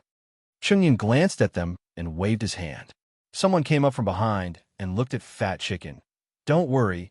Master Chung will pay you for your hard work. Be smart next time. If something goes wrong, you can go to Thailand and come back to start your career." "What?" Fat Chicken didn't know what that meant. He only thought that Thailand was not bad. He had played with some transvestite before and still couldn't forget about them. He was hopeless with such quality. This year's hooligans were not good enough. Chung Yun sighed in his heart. He glanced at the goods in the container and then muttered, "Why is there a bald head? So unlucky." Soon after, the container got on the car and drove away slowly. 3 haggard researchers in white robes were pushed into an office by several men. They looked a little frightened, and they looked like they had not had a good rest for several days. This place was still Austin Pharmacy. It had been 3 days since that night's incident. The researchers in the underground lab didn't know what happened outside. They only knew that after the cultivation cabin exploded that day, they were locked down by the intruders. The 3 people who came were the main leaders of the research team, 1 head and 2 assistants. They thought they were going to meet Mr. House, but they didn't expect it to be Mr. House's personal assistant, Jimmy. His Chinese name was Tang Tianlin. "You can leave first." "Jimmy." Tang Tianlin waved his hand. Several men who were obviously not ordinary security guards nodded and left without saying a word, closing the office door. Tang Tianlin sat on the chair, looking at the 3 leaders who had been in charge of the underground research project for the past few years. His gaze made them feel scared. Assistant Tang, seeing their uneasiness, Tang Tianlin said expressionlessly, "Let's not talk about the intruder. This experiment was supposed to fail, right?" The 3 of them trembled. The doctor, who was the leader, gritted his teeth and said, "Assistant Tang, I'm solely responsible for this. I was the one who hid it from Mr. House. But I had no choice. A technology like consciousness transfer isn't something that can be researched by humans at this stage of the game. Not to mention consciousness transfer, it's not even possible to replicate consciousness. But Mr. House urged me to do it. I really had no choice. I'll take responsibility for this myself. I hope you can let them go for the sake of everyone's work over the past few years. Doctor, the two researchers behind him looked sad and indignant. Tang Tianlin waved his hand, motioning for them to calm down. Although this experiment failed, I think it's not bad that it failed. The three of them were originally on tenterhooks, but after hearing the second half of Tang Tianlin's words, they were stunned. What did this person say? Not bad that it failed? Tang Tianlin said slowly, I plan to disband this research team. The three of you and your team members, I'll arrange for you to go back to where you came from and reunite with your families. But not now. I didn't hear wrong. The doctor looked at Assistant Tang in front of him in disbelief. Mr. House would disband this research team? This was impossible. No one knew better than him about the old man's persistence in living. Unless Mr. House was already... Suddenly, he seemed to have thought of something. He more or less knew some things about Mr. House. This old man didn't leave any descendants and was all alone. If Mr. House couldn't be reborn, then his wealth would be... The professor stared at Tang Tianlin in fear and did not say a word. That's all, Tang Tianlin said calmly. I'll arrange for you to stay somewhere else first. You won't be able to leave immediately, but I'll allow you to contact your families first. Of course, I don't want you to talk about what happened these past few years. 5 years ago, House was able to find you and your families. I think it won't be difficult for me to do what I did 5 years ago again. Don't worry, we definitely won't reveal what happened these past few years. Go. I'll give each of you a sum of money. Just treat it as your salary for these few years. Tang Tianlin waved his hand and then pressed the landline on the table. Soon after, someone came in and took the three away. Tang Tianlin stayed in the office alone. This was originally House's office, where the entrance to the underground laboratory was. The lock on the office door was changed the next day. He had found a mechanism to enter the underground laboratory in the past 2 days. After locking the door, Tang Tianlin opened the entrance to the underground laboratory again. He slowly walked down the stairs. Other than the researchers who went out, the guards who died here had also been cleaned up and left. It took him a lot of effort to deal with the bodies. Apart from that, there were no traces of cleaning up here. The fragments of the exploded cultivation cabin were still scattered all over the ground. Tang Tianlin walked alone into the area that was originally provided for the researchers to live in. There was also a place to shut down the disobedient researchers. It was a water prison specially built by Mr. House. At this time, in the water prison, a man in a white shirt was shivering in the cold water prison. He was chained up. After hearing the footsteps, he became extremely agitated. Let me out! Let me out! I'm Jimmy, Assistant Tang. I've been kidnapped. Let me out. He had no choice but to stop shouting. Then, he revealed an extremely frightened expression, looking at the man who appeared in front of him, wearing his own clothes and even having the same face as him. That day in the club, the devil who suddenly appeared behind him knocked him down and replaced him. Don't come over. Don't come over. He struggled in the water prison in horror, causing waves of water to splash. At this time, Tang Tianlin squatted above the water prison and said indifferently, Looks like you're still very energetic. Maybe I'm early? Jimmy suddenly stopped his agitated struggle. He raised his head and looked up with resentment. He gritted his teeth and said, Qingjing. Tang Tianlin said indifferently, House won't live for long. When I pull out the oxygen tube, he'll die. Don't think that he can save you. After all, you're just his first failure. What do you want? He roared in the water prison, Qingjing. I didn't expect you to be so patient. Last time you didn't die. I didn't expect you to hide and even have plastic surgery to look like me. Do you want to take over the entire Austin group? Chapter 1259. In the water dungeon, Jimmy's expression was still angry, but since Tang Tianlin started asking questions, he started to panic. How do you know about the perfect human? Tang Tianlin said indifferently.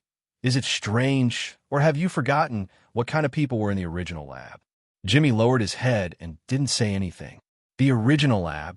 Well, Douglas, Qin Zheng, Nan Xiaonan, several names flashed through his mind. I don't know. Jimmy raised his head. House didn't tell me about the perfect human cells. I was just a tool in his hands. Do you think he would tell me all his secrets? Tang Tianlin said coldly. If you were really just House's personal assistant, but you're not. Jimmy frowned. He was at an absolute disadvantage in the current situation.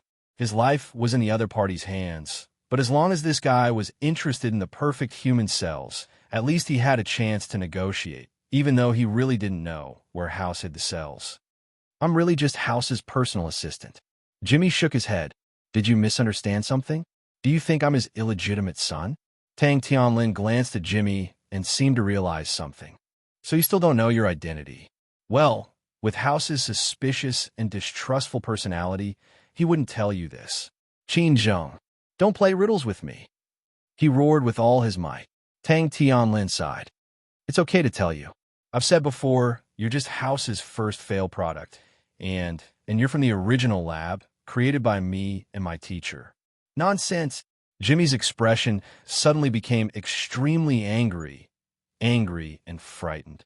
Tang Tianlin said indifferently, that's the truth. The cloning technology has been around for a long time. Why do you think House waited until today to start his plan? It was true that House wanted immortality, but the initial concept was not like this, where his consciousness would enter a new body. Of course, reality proved that this was impossible. At least, with the current technology of mankind, it was impossible. So, since my teacher was taken away, House has been living in a nightmare that he might never wake up from. I don't know what you're talking about. I don't know what you're talking about. Jimmy's voice trembled, something he had never thought about, something that made him feel terrified. Don't you find it strange? Tang Tianlin sneered. You've been by House's side and worked for him, so you should know his character the best. Let me be clear. Why do you think you're important to him? Do you think you're really outstanding and surpass everyone? You're just a replacement that House cloned in the beginning. Tang Tianlin looked at the man with pity. In the beginning, House didn't want to transfer his consciousness. He just wanted to have a complete and healthy body that could provide him with fresh energy at any time. It was also genetically compatible with his body so that there wouldn't be any form of rejection. Simply put, you're a part that House created. You're even his last resort. If he couldn't survive until the experiment succeeded, you'd probably be sent to the operating table to provide enough organs for his body. Nonsense, Jimmy roared. I'm Tang Tianlin. I'm nobody. I have complete memories from birth to now. Don't lie to yourself. Do you remember anything before you were 10 years old? Tang Tianlin shook his head. The only memories you've experienced are these few years. Before that, you've been under a kind of hypnosis since you were born. We couldn't transfer your consciousness back then, but through hypnosis and drugs, we could still give you a complete life. Bullsh asterisk T. Bullsh asterisk T. Bullsh asterisk T. He madly used the iron chain to stir the water prison, and water splashed everywhere. But at that moment, Tang Tianlin took out a kerosene lighter from his clothes. He opened it and closed it, and the sound of metal clashing could be heard clearly. Jimmy didn't know what he was doing. Like a beast, he rushed to the edge of the water prison and tried to climb up, but to no avail. His nails even fell off from clawing at the wall. Tang Tianlin was expressionless. He just slowly said some words that were unrelated and had unknown meanings in various languages. Snake, butterfly, paper, Leonardo da Vinci, 17, femme, la libertà. Jimmy, who was on the verge of losing control, slowly calmed down after Tang Tianlin's voice and the sound of the lighter. In the end, he even stood still in the water without moving an inch. Tang Tianlin finally said, "Return to Ashy." Jimmy instantly seemed to have been wound up. His eyes were empty, but his voice slowly continued. Snake, butterfly, paper, Leonardo da Vinci, 17, femme, la libertà. Return to Ashy. Tang Tianlin smiled and put away the lighter. He looked at Jimmy and said in a low voice, "Welcome back. Number 1, Do you still remember me? I'm Qin Zheng. Hello, Mr. Qin. Jimmy said word by word. His eyes were still empty. I need information about the perfect human cells. Tang Tianlin said slowly. How much did House tell you? Tell me all of it. He never told me anything about the perfect human cells, Jimmy said slowly. Tang Tianlin frowned and said, but you obviously know about the perfect human cells. Jimmy raised his head slowly. This is information I obtained by accident. It was information about the perfect human cells when I overheard House talking to someone on the phone again. Phone call? Do you remember the content? Tang Tianlin stared and asked. Jimmy said, Saint, ritual. He seemed to be begging the person on the other side of the phone. He hoped that the other party could help him get rid of the pain of his illness. He hoped that he could accept the first. Accept first? Tang Tianlin frowned. Jimmy stopped. He couldn't help but ask, first what? Jimmy shook his head. He found me outside and immediately cut off the call. Since then, he rarely talked to anyone on the phone in front of me. Except first, Tang Tianlin walked back and forth on the water prison and whispered, Saint ritual. Tang Tianlin suddenly turned around and looked at Jimmy. Since you found it strange, didn't you do anything? Jimmy was in a state of asking and answering questions.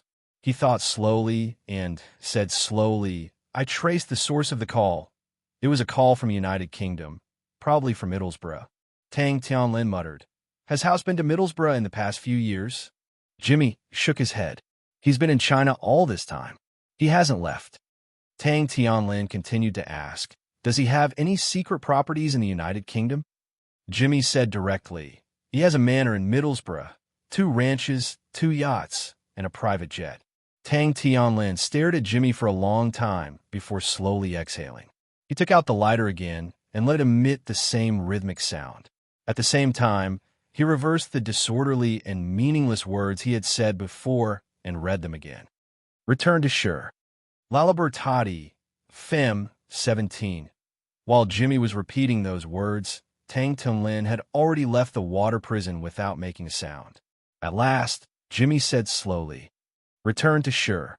His body suddenly trembled. His empty eyes regained clarity. He felt the cold water and the pain from his fingers. He roared again. He couldn't remember what happened. When did the other party leave? He didn't even know. However, the feeling of being controlled made him feel fear that he had never felt before. When Tang Tianlin returned to the office on the ground and closed the secret passage, more than an hour had passed. He sat alone in this luxurious office and seemed to be thinking about something. He muttered to himself, The woman that night seemed to be Nan, but how did Nan's hands become so good? Could it be? No, the voice, the reminder, and the face shape are almost the same. Even if there's something to hide, I shouldn't be mistaken. He sighed slowly and stood up.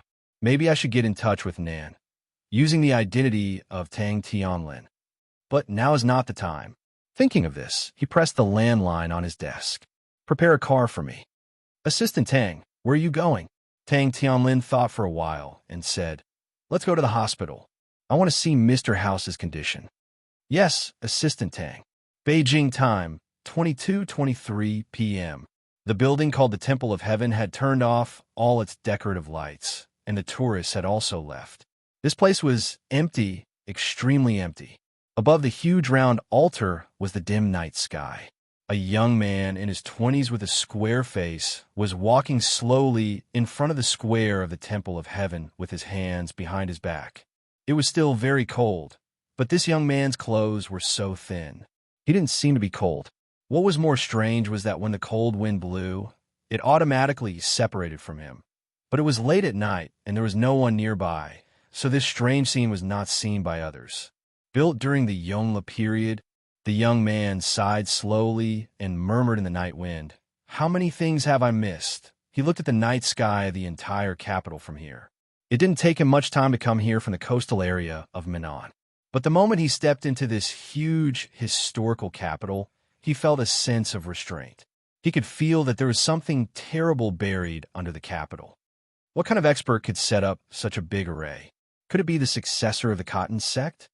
He didn't forget why he came to the capital alone this time.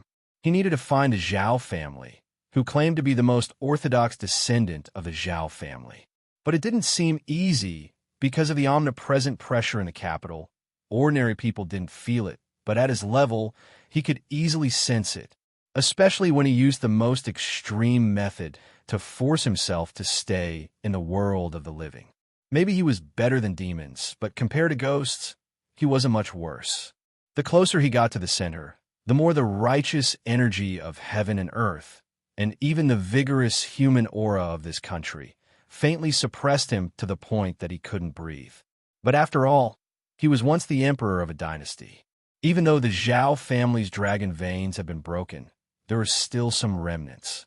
Someone had an outstanding descendant with great luck, and there were faint signs of the Zhao family's dragon veins being reformed.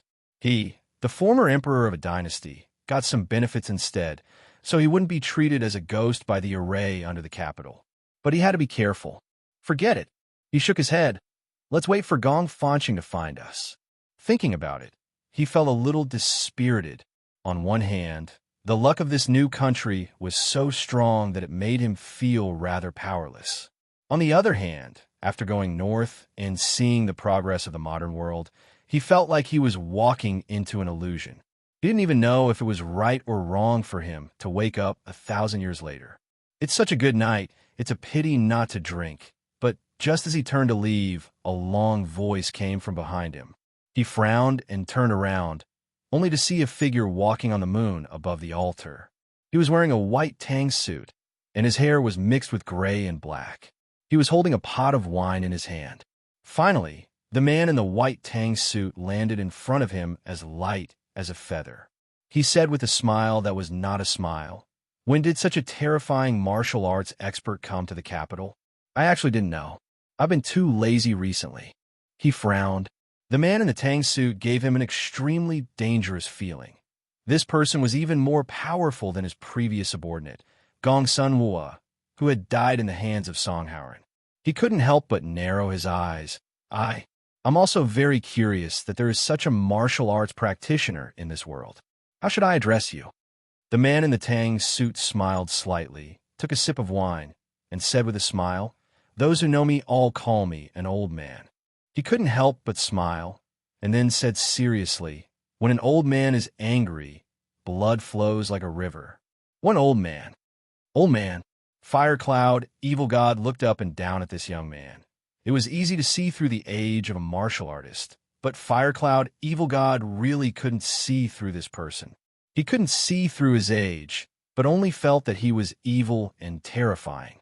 His whole body was like a blood demon, full of murderous aura, but there was a strange dragon aura protecting him. Chapter 1260. Let's try the sword. The old man's breath broke through the waves.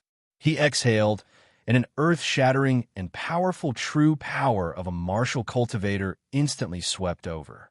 However, such a huge amount of true power did not damage a single brick or tile on the Temple of Heaven Square. He stood there motionlessly, with a wisp of chi and blood on his body, blocking the old man's breath that seemed to contain the sound of wind and thunder. Whether he was a master or not, he would know with a try. The old man could suppress so many Taoist warriors by himself. His vision was so high that he could definitely be ranked in the top 10 in the whole Kelowna. The old man's eyes shone with a dazzling light. Outside the Xinyuan Palace, where the inheritance of the human emperor is, I didn't expect there to be such a person in the world. Your Excellency, I'm going to be serious. He snorted. As the emperor of a dynasty, when had he ever been so noisy in front of him? But this martial arts master in front of him mentioned the Xinyuan Palace.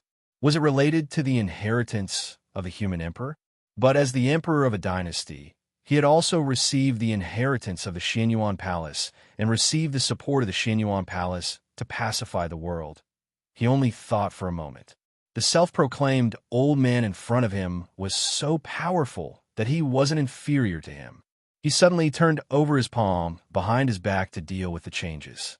At this moment, the old man Fire Cloud, evil god, laughed out loud. He was extremely still, as if he could reach the other side of the world with a single step. With a single step, he crossed the distance of more than 10 meters and punched out.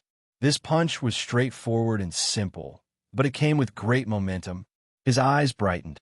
Such a punch could be said to be rare in his life. Even Gong Sun Wua didn't seem to have reached such a level before he died, so he was slightly inferior.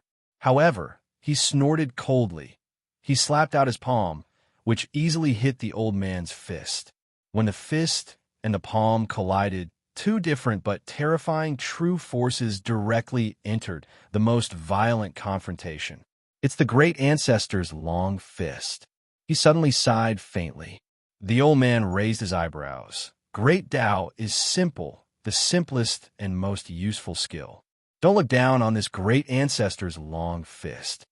But he shook his head, and the power of his palm was suddenly released. The old man was secretly shocked. Unexpectedly, the opponent's palm suddenly changed into a long fist and punched out. It was the same great ancestor's long fist that he used.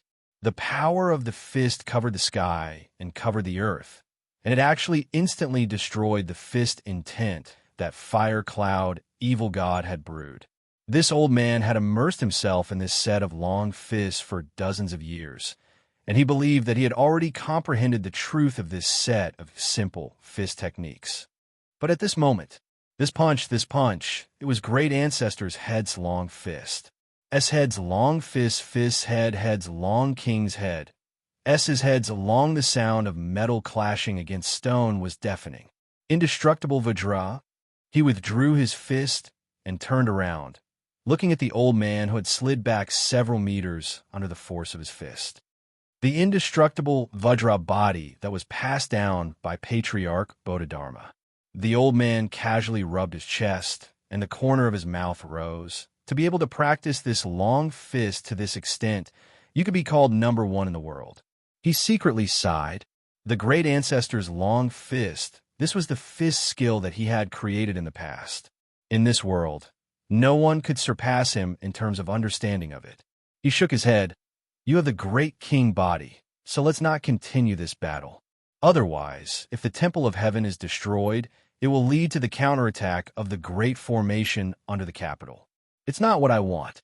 This old man was a peerless, ferocious person who had killed his way from the east of the Changbai mountain to the South Sea for 3 whole years. After leaving the Xinyuan Palace, this was the first time he had met such a strong martial artist. How could he give up so easily? If we can't fight here, then let's fight in the sea. Fire Cloud, evil god, said loudly. With our strength, it won't take more than half a night to reach the seaside. He still shook his head. It was true that he was strong in martial arts, but in essence, he had never considered himself as a martial artist. He also didn't have the general idea of being happy to see martial arts. He had never thought of fighting for the number one martial artist in the world. What a joke! The world was once under his control, so he naturally didn't care about the number one martial artist. But this kind of martial arts fanatic was the most difficult to deal with. He came to the capital for more important things to do, so he didn't want to complicate things. Old man, right? He pondered and slowly said, I have a sword move. I'll only use this move. How about it? You use the sword? Fire Cloud, evil god, was surprised. This person's fist skill was even better than his, but from his words, could it be that his sword skill was better? He didn't say anything more. He pinched his fingers and casually placed them and softly recited, Dragon flying in the sky, picking the stars. Between heaven and earth, the stars seemed to dim. Fire Cloud, evil god's heart suddenly jumped, and the demonic weapon in his body seemed to be roaring. Human Emperor, son of Heaven sword technique. In Fire Cloud, evil god's eyes, thousands of sword energy formed a huge sword dragon, soaring into the sky, and then turned into starlight. The starlight flickered, and the sword light shot down to the ground from the starlight. Fire Cloud, evil god roared, and his arm was suddenly filled with supreme, true power. A huge blade light shot out from his arm. That was the shape of a demonic blade that could pierce through the sky. Bang! The starlight dimmed, and after the sword light and blade light collided for a moment, they both returned to calm. On the square of the Temple of Heaven, 2 people stood facing the wind. Fire Cloud, evil god, slowly exhaled, and looked at the mysterious youth in front of him with a somewhat complicated gaze. They didn't use real swords and spears to fight. Everything happened in a spiritual world called martial intent. This was a battle of consciousness. Good sword skill, I lost. Fire Cloud, evil god, shook his head. He said, "It's just a draw." At the same time, Fire Cloud, evil god, couldn't help but think more highly of him. The sword skill he used was passed down from the Xinyuan Palace, and only the chosen son of heaven was qualified to practice it.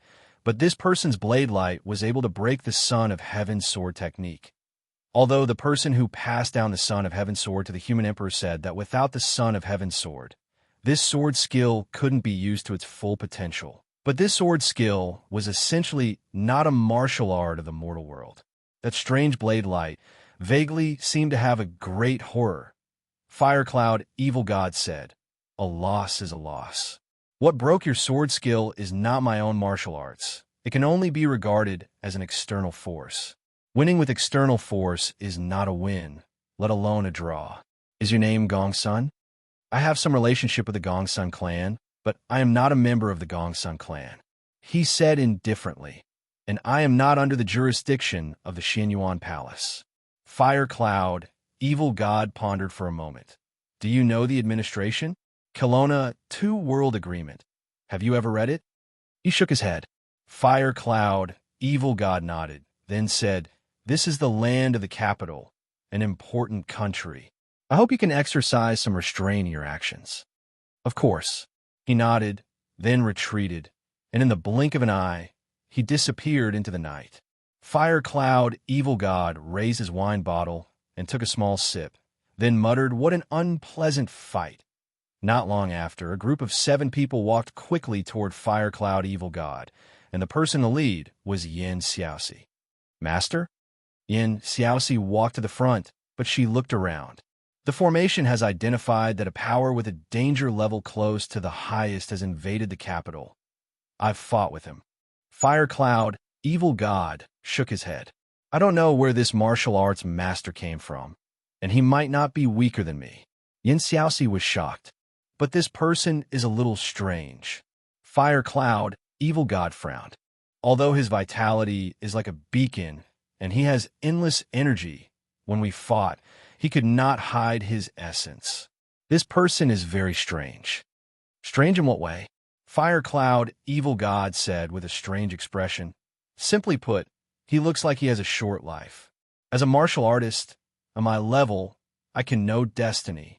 This guy, it seems like he won't live for more than 2 years. The capital cannot allow such a power of unknown origin," Yin Xiaoxi said solemnly. Yin Xiaoxi said solemnly, "If necessary, Master, please cooperate with the formation and kill the danger directly." Fire Cloud, evil god, did not say anything, and only nodded silently. He was in charge of the capital, and he would not leave unless something big happened. This was because when Mr. Blind set up the capital, he was the only one who had enough power to activate the strongest power of the entire formation. Together with the capital's formation, Fire Cloud, evil god, could even deal with Kelowna Shinryu for a while, of course. Most of the time, Fire Cloud, evil god, was cultivating in seclusion. As the administration's strongest existence, he was naturally more useful as a deterrent, and it was rare to see him. Master. As a student, Yin Xiaoxi was also rarely seen. At this moment, she quickly said, "This time, the elites we've selected from all over the country have been gathered." "Got it." Fire Cloud, evil god, nodded. "Send them to my place." All along, the administration had several training methods for the agents. One was to train them within the administration, where they would learn martial arts. The other was to send them to the Taoist sects and the various major demon clans. On one hand, it was to understand the movements of the Taoist sects and the demon clans, and on the other hand, it was to combine the power of the Taoist sects and the demon clans. However, after the Mount Tai incident, the Taoist sects and the demon clans were at odds with the administration. This large batch of elites had far exceeded the previous batch, and naturally, they could not be sent to the Taoist sects and the various major demon clans again. "I understand." Yin Xiaoxi nodded. "There's one more thing. It's about the Zhao family. Fire Cloud, evil god, seemed displeased when he heard this, and said calmly, "What are these aristocratic families doing now?" Yin Xiaoxi said, "The Zhao family seems to be secretly making contact with this batch of new students. Currently, we can confirm that 3 of the students have become spies of the Zhao family." Fire Cloud, evil god, shook his head and sighed. Think about it. What kind of people are the elders of the 4 aristocratic families? They've sacrificed their lives for the country, and yet their juniors are so pathetic. Xiaoxi, you can handle this matter. I can't be bothered with these bastards. I'm going back to drink. Wait, master, there's one more thing. Yin Xiaoxi tugged at him again. Consultant Long sent an email saying that she's going overseas for a short while. Fire Cloud, evil god, frowned. What's she going overseas for? Yin Xiaoxi shook her head and said, "She didn't say. She's just informing me about this." Got it. Fire Cloud, evil god, nodded. Let her be. The thing was, the administration could not control this Shinryu from Kelowna at all. At night, a private car drove slowly into capital city's airport. Traveling light, Zhong Luoyue only carried a small suitcase and put on a pair of sunglasses. She did not even bring anyone with her. She only had Elizabeth by her side. In order to attract unwanted attention, Zhong Luoyue even dyed Elizabeth's white hair and white brows into a golden hue. Ayu, are you sure you don't want to see your grandfather? Zhong Luoyue shook her head. Most of her feelings for her family originated from this grandfather of hers. Some feelings were hard to control, even for her. When she saw this old man again, she was even afraid that she would not be able to control herself and tell him about her situation. This time, she was in a hurry to leave, partly because she wanted to be able to undergo her first metamorphosis outside of the country. Elizabeth had reminded her more than once that the first metamorphosis was very important for vampires. On the other hand, she also wanted to relax. At this moment, Elizabeth suddenly said, "I heard that your grandfather's health is not very good." Zhong Luoyue said casually, "He fell seriously ill before the new year, and the doctors couldn't do anything about it. Later, my second brother ignored the family's objection and took my grandfather out to seek medical treatment, and he was saved. But at his age, it's normal for him to die of old age." Elizabeth whispered, "Ayu, in fact, if you don't want to part with your grandfather, you can—" Zhong Luoyue was startled and subconsciously looked at Elizabeth. She was a vampire and had always had a vampire's view of the world. For vampires, the best way to keep important people with them was to turn them into their own kind. In Elizabeth's view, this was a very normal thing, and probably the universal view of vampires. There was nothing taboo about it. Turning her grandfather into a vampire. Not only her grandfather, but also her other relatives.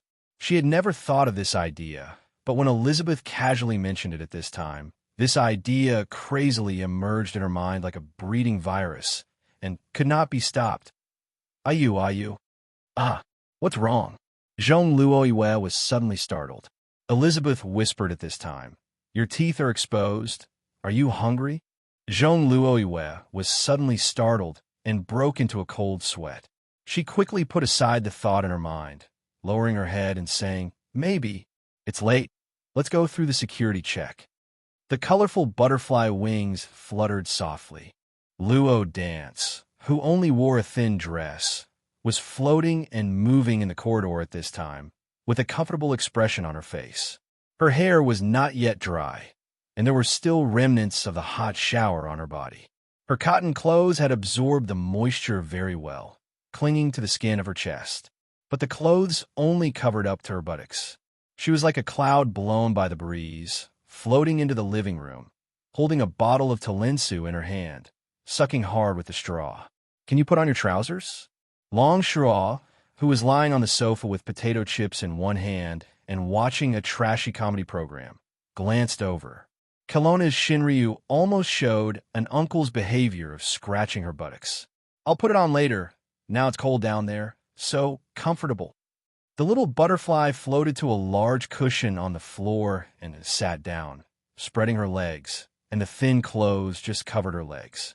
Her clothes were still wet, and the skin was faintly visible, So was her hair. Kelowna's Shinryu really couldn't stand such a lustful appearance. Who was she trying to show this to? After rolling her eyes, she blew out a puff of air, instantly drying the traces of water on Luo Dance's body. Wow! Luo Dance happily exclaimed all over. Long Shirua shook her head, sitting up and turning off the TV. She looked at Luo Dance and said, "Girl, pack some clothes later and accompany me to go out tomorrow." "Where are we going?" Luo Dance asked curiously. Longshaw said casually, "To see if the thing you made works. You've promised to cure that guy for hundreds of years." "Well?" Luo Dance blinked her eyes. "The thing I made." Longshaw scolded secretly. "Bitch, go pack your things right now." Shinryu roared. Chapter 1261. Late at night, before dawn, in the private hospital under the name of Austin Pharmaceuticals, Tang Tianlin was sitting in a decorated office. He appeared as Tang Tianlin and had many conveniences. But at the end of the day, it was naturally because House had delegated power to the real Tang Tianlin.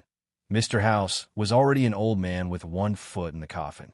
He definitely did not have much energy to manage the assets under his name. House had no descendants, and no one around him was trustworthy. But he could put Tang Tianlin in an important position because Tang Tianlin could be said to be a clone of Mr. House. His feelings for Tang Tianlin were naturally different from other outsiders.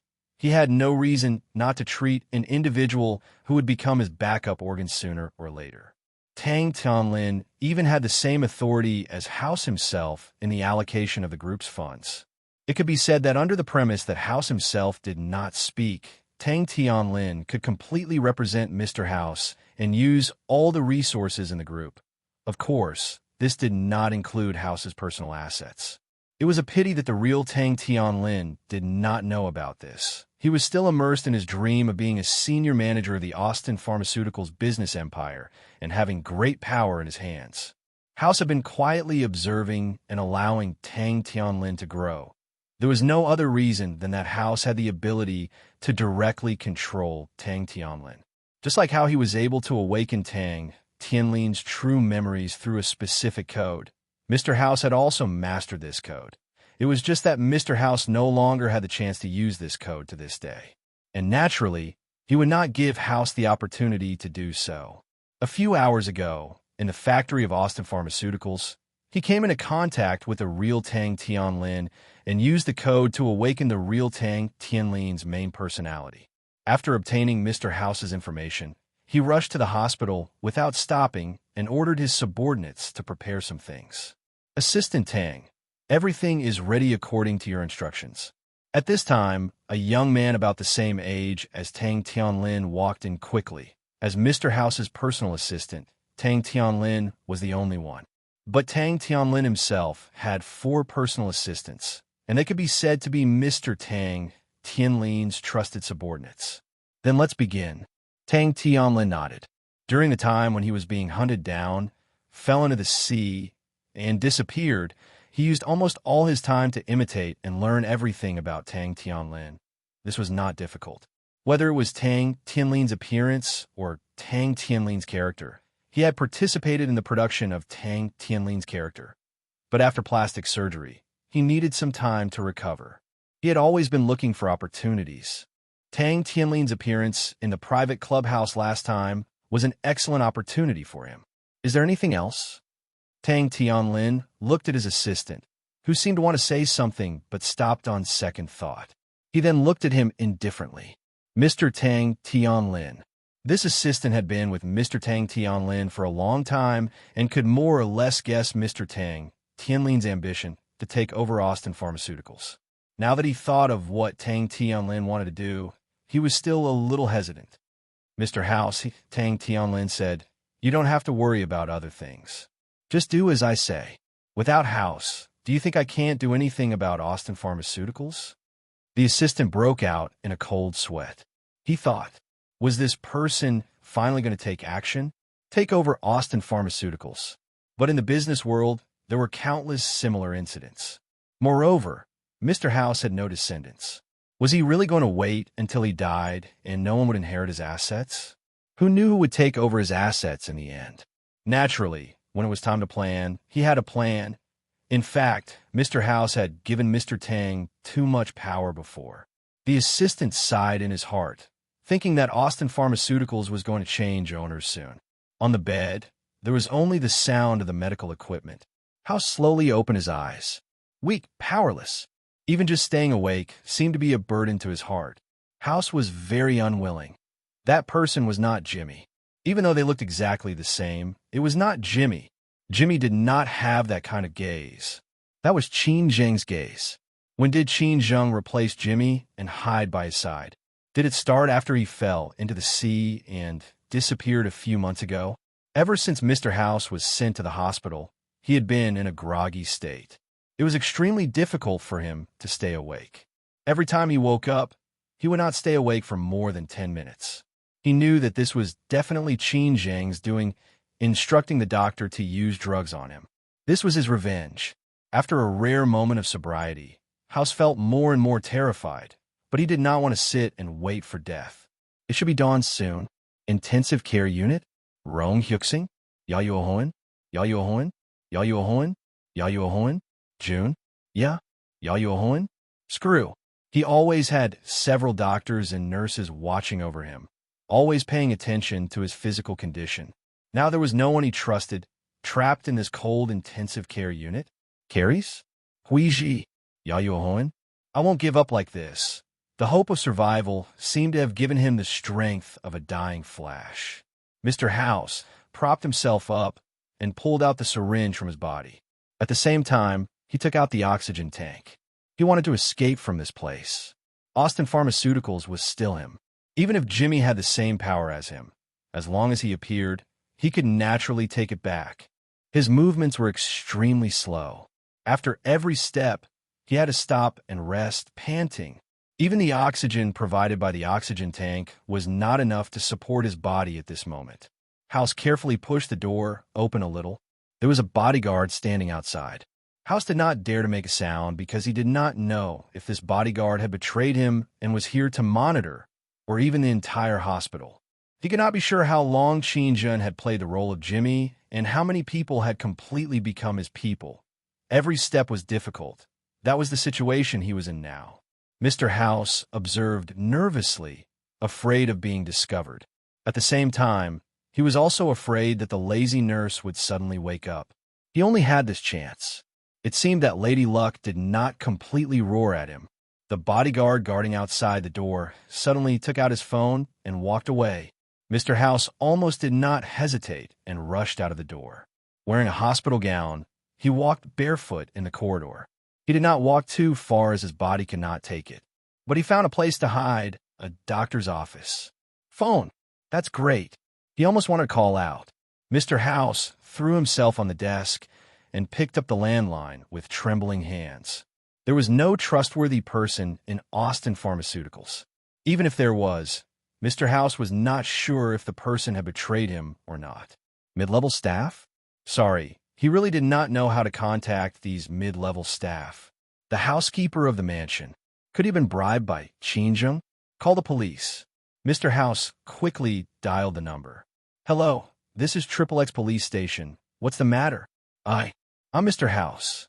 I'm the chairman of Austin Pharmaceuticals. I'm in prison. Quick, come and save me, quick. You said you're the chairman of Austin Pharmaceuticals? I'm the king. I'm warning you.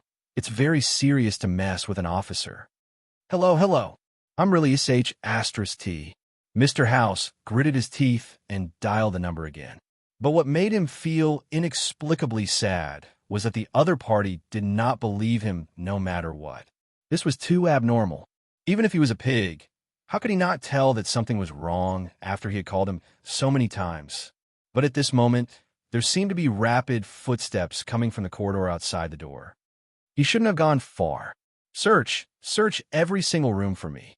Assistant Tang said that if you find him, you'll be rewarded 1 million. Mr. House was anxious. He did not know when the people outside would break into the room. Maybe in the next moment. He gritted his teeth and made up his mind. This might be his only chance. He picked up the phone again, but this time he dialed an international long-distance number. It felt like a long wait. Mr. House was already sweating profusely. Fortunately, the call was connected. A low but magnetic young voice sounded, but Mr. House felt like he had heard gospel the moment he heard it. "You'd better tell me the name I know in 10 seconds and explain how you know my private number." "Oh, dear Wally, my old friend, you definitely won't forget me. I'm House." "House? Which house?" "Austin Pharmaceuticals." "Dear friend, you definitely won't forget me. I remember now. Austin, my old friend, have you finally thought it through?" Mr. House gritted his teeth and said, "Wally, my subordinate, betrayed me and put me under house arrest. He wants to take everything from me. You must help me. Help me." "Oh, old friend, you don't seem to be in a good situation now. But my previous conditions won't change. Old friend, I hope you can win my friendship." Mr. House hurriedly said, "Wally, I'm willing to contribute all my wealth to your family and become your servant." "Hey, buddy, our wealth is enough for us to use until the next century. Your wealth is dispensable to us. You're in China now, right? This is a forbidden place for us to enter. For your wealth, you didn't know we were risking our lives to enter. Of course, you can come out." "If I could come out, I wouldn't have to." Mr. House wanted to curse, but he did not dare to do so now. "Wally, I know what you want. I can give it to you. The prerequisite is that you have to save me and heal me." "Good friend, you've really thought it through. I've been waiting for you to say this for too long. 60 years or 70 years. Believe me, you'll definitely find out how wise your decision is in the future." "House, are you still not going to tell me where you hid the things?" "You must promise to give me the things. I'll give them to you after I'm healed." "That's not difficult. Although we can't enter China personally, we have too many servants. You'll be able to feel the air of freedom again in 2 days at most." When the communication was cut off, Mr. House fell to the ground in exhaustion as if a burden had been lifted off his shoulders. 2 days, just 2 more days. Bang! The office door was suddenly kicked open. 2 men walked in and turned on the lights at the same time. When they saw Mr. House collapsed on the ground, they quickly used the walkie-talkie, reporting, "We found him." At the same time, the 2 men walked to House and violently lifted him up. "You, let me go, let me go. Do you know who I am? I'm House. I'm your boss. Let me go. Let go." The 2 men did not listen at all. They brought Mr. House back to the intensive care unit and pressed him on the bed.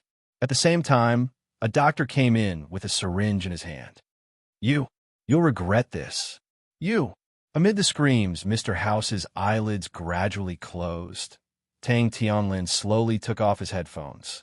Looking at the monitor screen, he saw House struggling on the hospital bed and gradually falling asleep. His gaze was indifferent. He did not intend to interrogate House. This old man would neither cooperate nor give in, but he would not despair.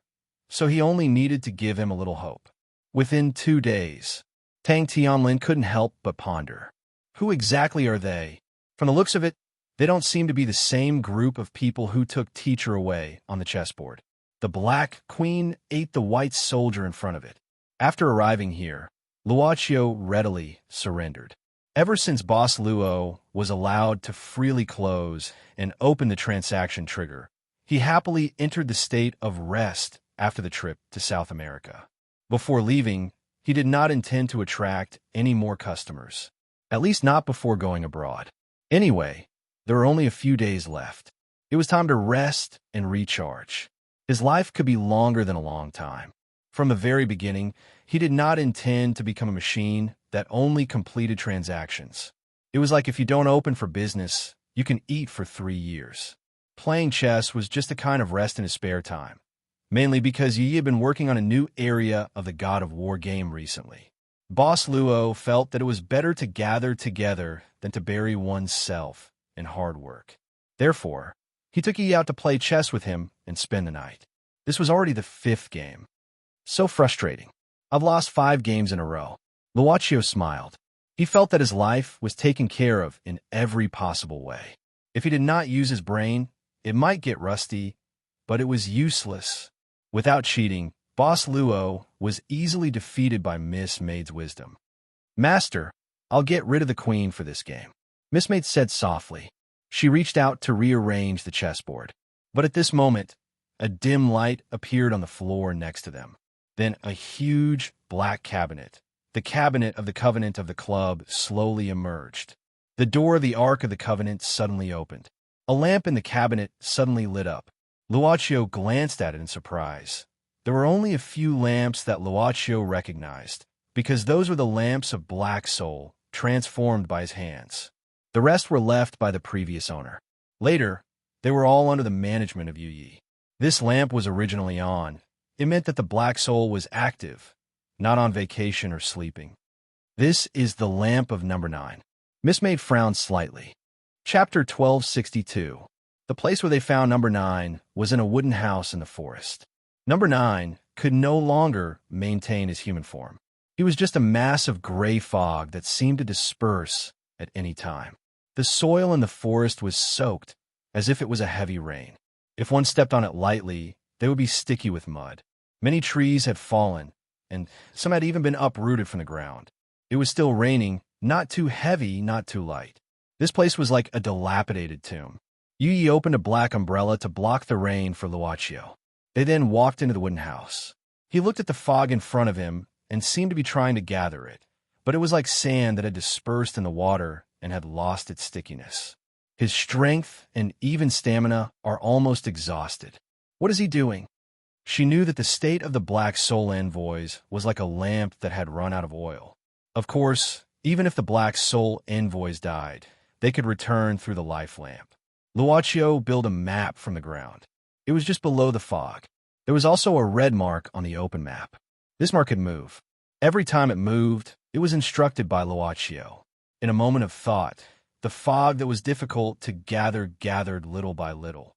The bosses thought inadvertently let the Black Soul envoys, who should have dispersed and only left the life lamp, get a chance to reunite.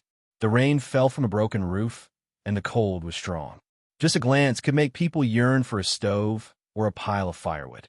In fact, it didn't take much time for number 9 to return to his original state. He gradually opened his eyes. It was not much different from what Luaccio remembered. Number 9 seemed quite calm. Each Black Soul envoys had a different personality. Teiinzi was good at flattery, while number 18 was the type of person who observed people's expressions. Taisetsu was the type that could be reckless to the end, but there were some rough and some fine ones. Nero was actually a bit of a devil incarnate, but he cherished his own survival more than anyone else. Number 9 was one of the earliest Onyx souls that Luaccio had come into contact with. Thinking about it, he was the same as Yu Yi and could be considered as the legacy left behind by the previous generation. A little wooden, but clearly the pragmatic type. Luaccio hadn't known number 9 for a long time, and at first he just thought that he would silently complete his duties. Looking through the past account books, it was discovered that number 9 had not been an emissary for a long time. Compared to the Onyx souls who had been active for hundreds of years or even thousands of years, but were still on vacation, in hibernation, or on long-term missions, she was obviously too young. However, his achievements were not small. However, as a Black Soul envoy, not only did he not seem strong, he could even be described as weak. This was because ever since he became a Black Soul envoy, every achievement he obtained was used in other places, according to his wishes before he became a Black Soul envoy. Let's make a fire. In the dilapidated wooden house, number 9 maintained a silent posture after reuniting and waking up. Luaccio could hardly see any fear or panic in his eyes. It was still raining outside the house. The rain was like a water curtain, falling on the roof above the center of the house. The place to make a fire was in the corner of the house, which was still intact. With the help of the fire, Luaccio looked at the red cursor on the map. Obviously, if he checked the location of the red cursor on the map, he would find that he was still some distance away from the red cursor. Obviously, he stopped here and didn't complete the task that Luaccio had ordered him to follow the red cursor and pass these places on the map. In fact, he looked relatively young, about 30 years old. It seemed that this was his appearance before he became a Black Soul envoy. A black old Chinese tunic suit, the type that looked like white hair. Number 9. Why did you consume so much power? Miss Maid, who was in charge of the Black Soul envoy's position, finally asked. Looking at the firewood, Number 9 raised his head and said faintly, "The river in front has risen. These days the rainstorm has been incessant, and some embankments have burst. I blocked the flood." Miss Maid said indifferently, "But I didn't receive any reports of such transactions. Is this your private behavior?" "Yes." Number 9 nodded calmly. Miss Maid subconsciously looked at her master, and then frowned slightly. "Number 9, you should know that although the master doesn't interfere with the envoy's actions and gives you a lot of freedom, but you also have the obligation to protect your own safety. Your power is almost exhausted, and you may have to return to the Ark of the Covenant to reconstruct your body, which will consume the master's power. As a Black Soul envoy, you didn't create value for the master and even implicated the master. Do you know what you were doing?" Her tone was a little heavy. This was the first time that Luochio saw Yi a little angry. It seemed that Number 9's behavior had really crossed the bottom line of her management. Under the premise that it wasn't the purpose of the transaction, she almost exhausted her power for private purposes and then needed to consume the master's power to replenish. Luochio waved his hand to stop Miss Maid from speaking. He knew very well that most of the time, Yi cared more about the consumption and increase of her lifespan than him. "Master," Luochio shook his head slightly, then broke off a branch and threw it into the firewood. The branch was wet, but the firewood was burning, and soon there was steam coming out. At the cut part, there was a squeaking sound. "Actually, I haven't had a good chat with you all this time," Luochio said with a smile. "I think a boss like me probably fails." Number 9 was startled and a little surprised. He shook his head. "No, in my opinion, you are better than the previous one. But I don't know how long you can maintain it." "Number 9, watch your tone." Miss Maid's eyes were slightly cold, but Luochio cast a glance at her to calm her down. Boss Luo said, "No matter how long I can maintain it, I will do my best to maintain it. Can you tell me why you have to stop the flood at all costs?" Number 9 said indifferently, "If we don't stop the flood, the fields downstream will be flooded. There are a dozen villages nearby, and their livelihoods are all here." Luochio nodded and immediately asked, "If that's the case, it must be a large trade order. According to your past performance, you will probably do it, right?" I don't know." Number 9 was silent for a moment. His eyes looked somewhat blank. Luochio saw a few old stainless steel cups in the wooden house and some pine trees outside. So he took some pine leaves, put them in the cups, and boiled them with water. As he boiled, Number 9 suddenly said, "I seem to have boiled pine leaf tea like this before." Luochio smiled and said softly, "During this journey, what did you see and hear?" Number 9 was deep in thought. He had just started over, and his thoughts were still in chaos, but now he started to sort them out bit by bit, thinking about this journey. He said slowly, "I have been walking, and I have passed by many places. To me, they are like déjà vu. I gradually understand that this journey may be related to my past memories. I clearly know what the route you gave me is." "Yes, I know." Number 9 used a tone as if freedom was not his own. He should know, but he didn't feel much about all this. It could even be said that he didn't feel anything. Until this time, when he came to the beginning of this path under the instructions of his master, he seemed to feel something different. Did he remember anything? Luochio personally peeled some pine leaves and threw them into the cup. Number 9 shook his head. He didn't remember anything, but he felt an uneasiness that he had never felt before. He kept walking like this until he came to a museum. He stayed in this museum for 3 days. Luochio asked, what did he see? Number 9 said, strong and unyielding, full of hot-bloodedness. The things inside, whether it was a painting, a water bottle, or even a cracked leather belt, he could stare at them for a very long time, but at the same time, he also saw loneliness. Loneliness? Yes, loneliness. Number 9 slowly closed his eyes like everything was happening before his eyes. He didn't know what kind of feeling it was. There were too many things recorded there, but other than himself, he could not see anyone else. He went to the curator's office, but he saw that the curator was a young man in his 30s. Looking at this young man, the curator was writing a plan to renovate this museum, perhaps to attract more visitors. He suddenly felt angry. Why was he angry? Number 9 said. At the time, the bank outside was selling commemorative coins. He saw the long line of people inside and outside the bank. He saw the passion of these people, but he couldn't hear the story behind the commemorative coins. What kind of story? Number 9 said, the story of the war. A commemorative coin that might increase in value attracted people to line up to buy it, but a museum that carried all this history was deserted. So you were angry, right? Number 9 did not answer. He looked out the window blankly, and his memory became clearer. He left that place and continued to follow the established route. He saw many similar things, this kind of deserted place. Then he ran into someone. Oh, an old man, Number 9 whispered. A retired soldier. Many people went to find this old man. Finally, someone paid attention to him. Isn't that good? Number 9 shook his head. He couldn't explain it clearly. He saw with his own eyes the old man sitting in front of his house, facing the reporters, the people from the government, and people who came for no reason. The old man's daughter-in-law helped him put on the clothes with many medals. He took pictures with the people who came one by one. He saw the old man smile, but he did not see the old man's happy smile. He only saw the old man talk about that period of time again under the repeated requests. You don't think it's good? Initially, the old man was very happy to tell these stories, but slowly he lost interest because the old man realized that after a few days, the people around him forgot about them.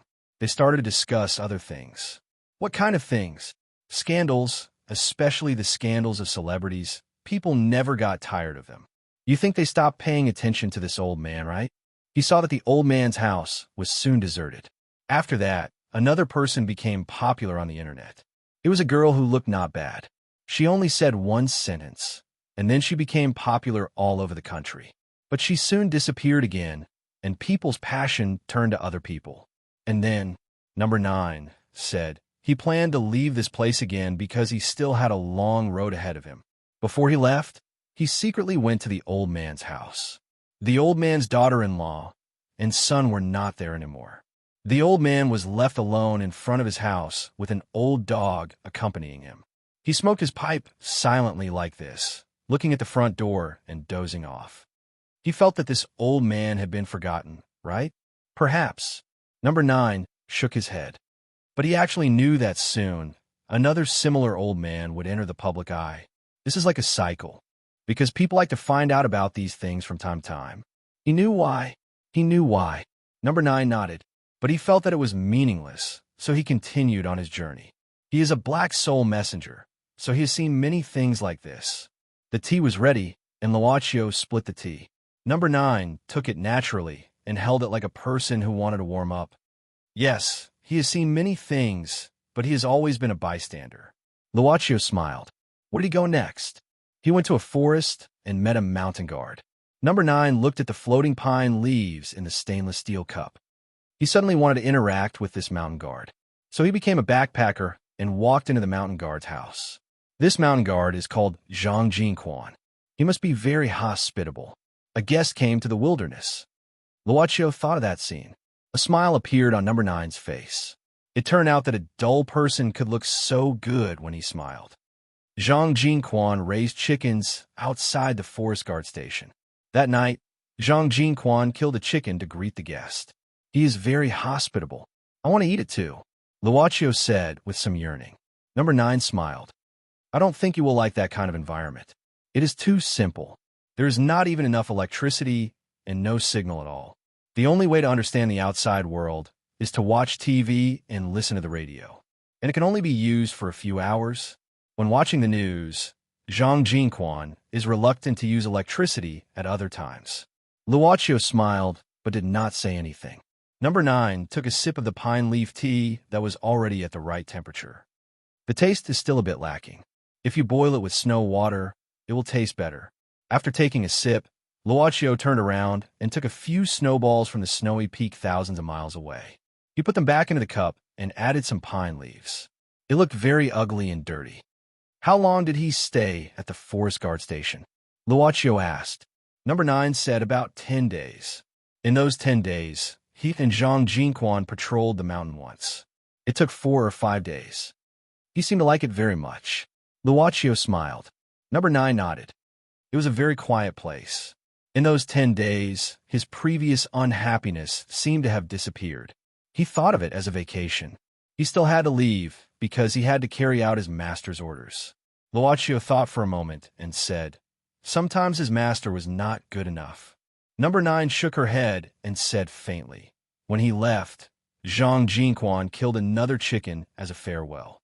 That night, he saw the old man who was guarding the mountain get drunk and shed 2 drops of tears. That was when he felt the old man's reluctance.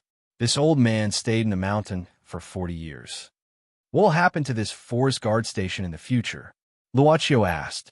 Number 9 thought for a moment. He doesn't know. Zhang Jinquan said that no one was willing to take over his position, so he could only stay for the time being even though he had already retired. This old man still hoped that someone could take over his position. It was a very strong desire. So before he left, he made a white card with Zhang Jinquan's information. He planned to give it to his master after this trip. Luocio nodded. I will go and take a look if I have the chance. Thank you. You're welcome. The rain outside gradually stopped. When Luocio left, it was night. After he came here and stayed in the house for a while, it was almost dawn. After telling Zhang Jinquan's story, Number 9 suddenly sang a song. He said that Zhang Jinquan taught him the old Hawaiian tune. High on a mountain, the bell for battle. The bell rings, the people rejoice. The mountains and rivers listen to the command. The happiness canal is opened. The water is drawn to the mountain, showing a beautiful future. A myriad of colors. He really liked the 10 days he spent at the forest station. Remember now? After listening to Number 9's old song, Luocio suddenly asked. Number 9 shook his head. I don't have any impression at all. I can only vaguely guess. I might be from that era. You don't seem to have the same urgency you had when you came to find me last time, hoping to recover your memory. Number 9 thought for a moment and said faintly, maybe it's because I'm afraid. What are you afraid of? Number 9 looked at Luocio and said, can I know where my performance was spent? Luocio shook his head. According to the agreement you signed, you can't have the direction of your performance after every transaction. Number 9 nodded. The boss could not violate the content of the agreement, whether it was the previous boss or the current boss, unless the boss was willing to pay the price to tear the content of the agreement. Number 9 sighed. I don't know what I'm afraid of. I just feel uncomfortable. Sometimes I even regret making the request I made before. Maybe if I didn't, I wouldn't be afraid. During this journey, I don't feel like me. I feel more like him. Then why do you still want to stop this flood? Number 9 was silent for a moment. You haven't seen the disaster resistance. Luocio shook his head. I haven't seen it with my own eyes. Number 9 said he saw it. He saw those red faces clenching their teeth. He saw them building a human wall to block the burst of a dam. Many people couldn't hold on and fainted. Then, someone immediately came to replace them. Some people jumped into the water to save people. Some people were soaking wet as they carried sandbags from day to night. When you were really tired, you would see groups of them falling asleep on the streets. He looked at them like corpses that had fallen on the battlefield. Their bodies were covered in mud, and he couldn't even see their faces clearly. But he knew that once the whistle was blown, they would all stand up. He suddenly realized that nothing was important anymore. Number 9 said in a low voice. He suddenly felt an intense pain in his heart. When this pain came, he didn't feel afraid. Instead, he felt like something was calling him. His actions had already preceded his thoughts, so he didn't think. He knew that this flood resistance would fail in the end. He knew that these young soldiers would drown in the endless flood. But he didn't want to. He didn't want these young soldiers to silently sink to the bottom of the water like this. Along the way, he saw too many forgotten people. He felt that he had no right to blame these people because they didn't experience that era. Without experience, they naturally didn't feel anything. Everything that was separated from experience wouldn't last long. So even if he saw those who felt disdain, those who felt that the era had changed and didn't need them anymore, and even those who ridiculed without restraint in order to become famous, he just looked on coldly. But at least, he wanted to save the lives of these young soldiers. They were like this pile of firewood. He suddenly became less afraid. Even though he didn't remember, he knew that some things had always been passed down. Like a torch, there would always be someone to receive it, someone to pass it on, and then someone else to receive it. He couldn't let it be passed down. So he forgot his own identity and stood in front of the mighty force of nature. He thought that even if his body was smashed to pieces, it would still be good. He suddenly felt happier than he had in the past few decades. So, whether or not he remembered was no longer important. The sky brightened a little, but it was still gloomy. In the following day, it would still rain here. It had been a long time since new branches were added to the bonfire. Only layers of white ash were left, but there was still heat. The sparks under the ash hadn't been completely extinguished. Luaccio stood up. Staying up for a night didn't hurt him. He looked at number 9 and raised a map in his hand. Do you still want to continue this journey? There are still 2 or 3 places before it ends. Number 9 shook her head and stood up as well. She looked at Luaccio. No, I haven't been on the post for a long time. It's time to go back to work. Luaccio nodded. The cost of remodeling you this time will be deducted from your future performance. Is that okay? Number 9 was silent for a while. Finally, she suddenly bowed and said in a low voice, I hope you can treat this country well, master. After that, number 9 left. She turned into a cloud of mist and blended into the forest that hadn't been completely lit up, disappearing. More or less, I remembered something. When they returned to the club, Miss Maid hurried to prepare breakfast. When she sent the breakfast to the study, Luaccio was looking at the account book, deep in thought. Master, are you looking at number 9's performance booklet? Miss Maid walked to Luaccio's side and began to put the breakfast on the table. I'm thinking if I can increase his commission points. Luaccio said, casually. Otherwise, according to the performance he can keep according to the agreement, he may not be able to stop the next flood. The Black Soul envoys are too weak. They are half dead, even when they stop the flood. It's not good for the shop, but I really can't find anything to adjust. This agreement is too rigid. Well, I seem to be squandering again. Miss May didn't speak. After carefully putting the breakfast on the table, she took the performance booklet from Luaccio's hand and said softly, Master, let me adjust it. Luaccio mocked himself. Then I'll continue to be a useless person. Of course, it was just a joke. Miss Maid smiled sweetly, lifted the hair by her ear, and opened the performance booklet to find a feasible adjustment plan. In 2015, 10,000 points were consumed to increase the energy of 10 Chinese Academy of Sciences academicians. In 2008, 200,000 points were consumed to increase the earthquake survival rate by 5%. In 1969, 3,000 points were consumed to extend the life of the scientist surnamed Qian for 40 years. In 1962, all remaining points were consumed to restore rainfall in a large area in Exine. Many years ago, a man named Zhang Ziru walked into the club and made such a wish. Chapter 1263. Of course, Rin Xiling didn't know that Luaccio didn't come back for a whole night. Even if she knew, she would subconsciously avoid this fact. At the very beginning, he needed to use Miss Maid's means to modify a small part of his memory with the assistance of hypnosis. Yi said that if this method was used too much, it would inevitably cause a load on the brain, resulting in bad consequences. Therefore, after she could freely control her own existence, she had never used this means again. In fact, she had only used it once or twice. This was just a small interlude. The world was still spinning. My sesame, rice noodle rolls. In the office, Lizzie looked pitifully at the half-eaten breakfast that had been taken away.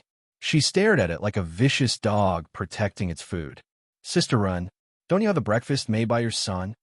Hey, speaking of which, I didn't eat anything this morning.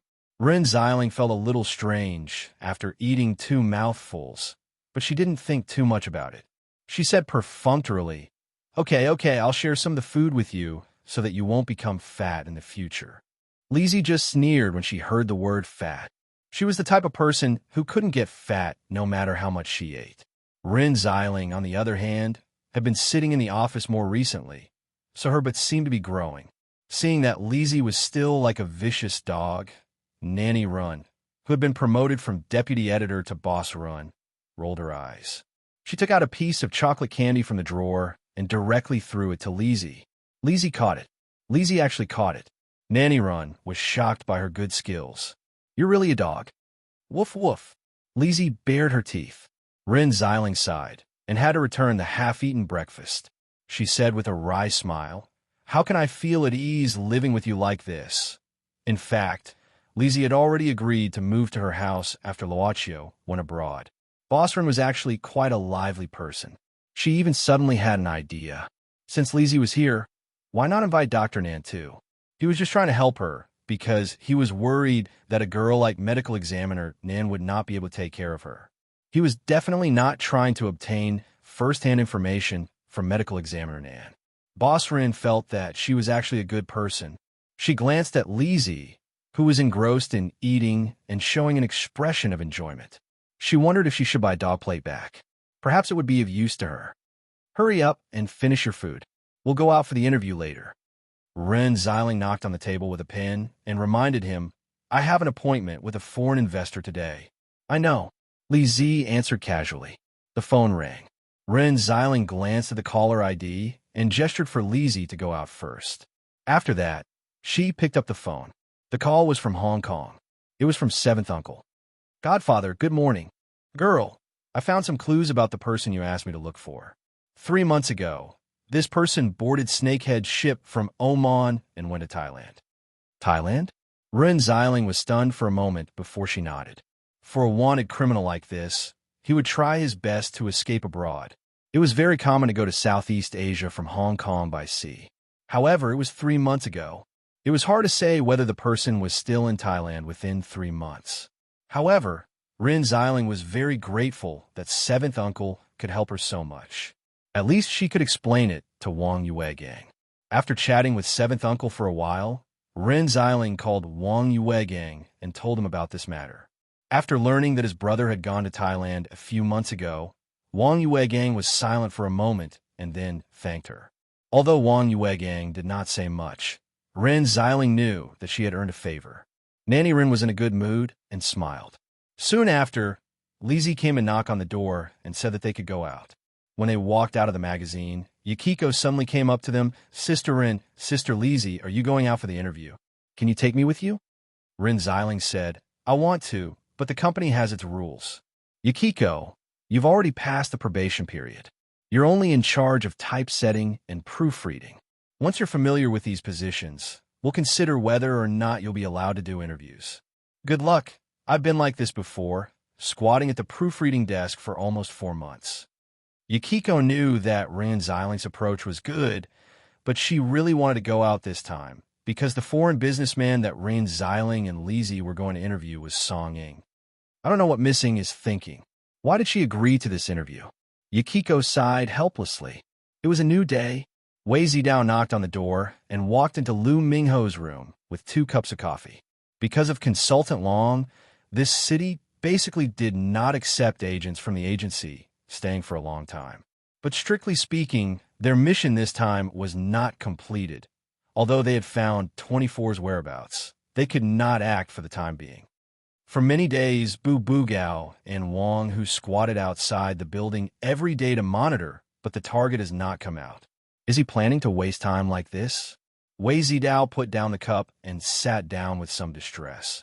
"Brother Hao, there's still no instructions from the higher-ups?" He saw Lu Mingho frowning at this time, as if he was thinking about something.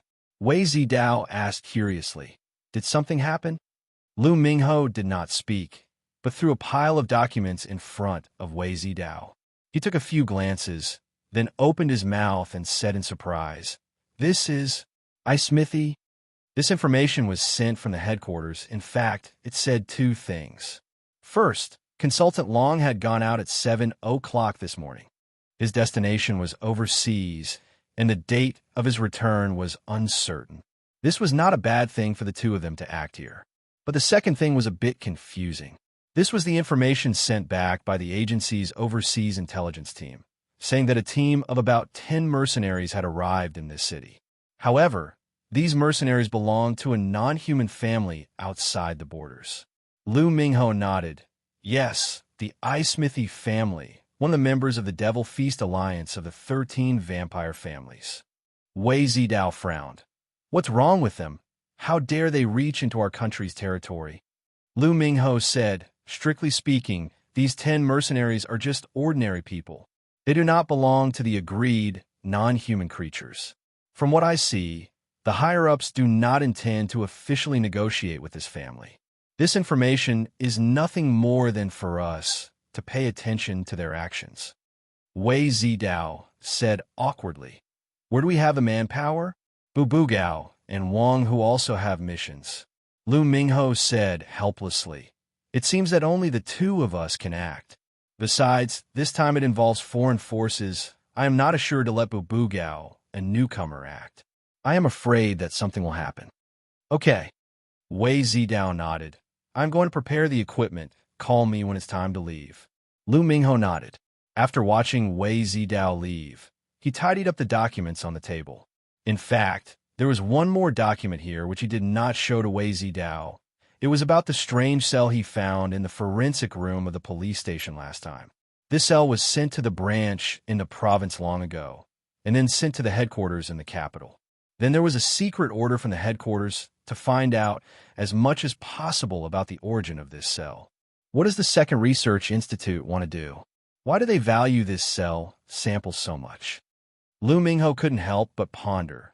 This order was not from the higher-ups through normal channels, but privately issued by the Second Research Institute, and claimed that it needed to be kept confidential, so he did not tell Wei Zidao about it. Lu Mingho quickly thought of the Second Research Institute. At the same time, he thought of the First Research Institute. The technical department of the administration was divided into the First Research Institute and the Second Research Institute, and the head of the technical department was Dr. Zhao, who came from the First Research Institute.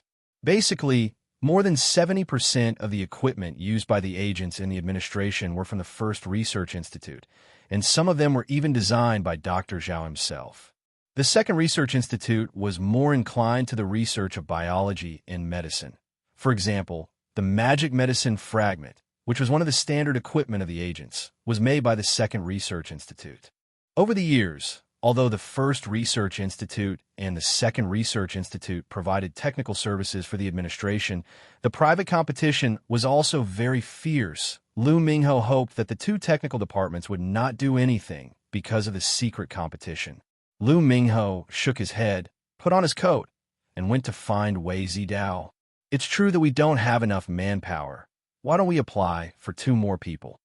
Lu Mingho thought to himself. Dong Xiaofeng has been sent to the branch for inspection. I don't know if he will be accepted. Oh, what an interesting young man. Ren Xiling had already arrived at the lobby of the company and was waiting with Li Zi in the lounge. She was looking at a small notebook and, at the same time, writing some questions that she thought of on the way. She always prepared well before the interview. When did such a big company appear here? Li Zi looked around curiously. This area was almost the most expensive one in the whole city, and this company occupied 4 floors of this building. But along the way, she found that many places on the floor were very empty. Although there were enough office desks, there are not many people, and it seemed that it was not full yet. There was still a faint smell of decoration in the air. It's quite mysterious. Ren Xiling said casually, I passed by this building last month, and this company didn't exist then. I think it just appeared more than half a month ago.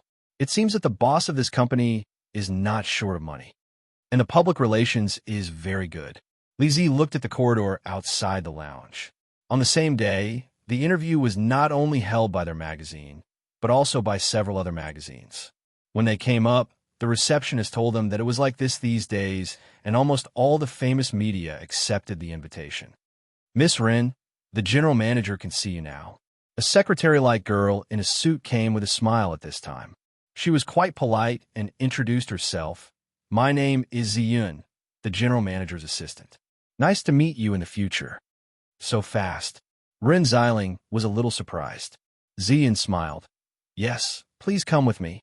By the way, Miss Li Zi may have to stay here because the general manager only agreed to see you.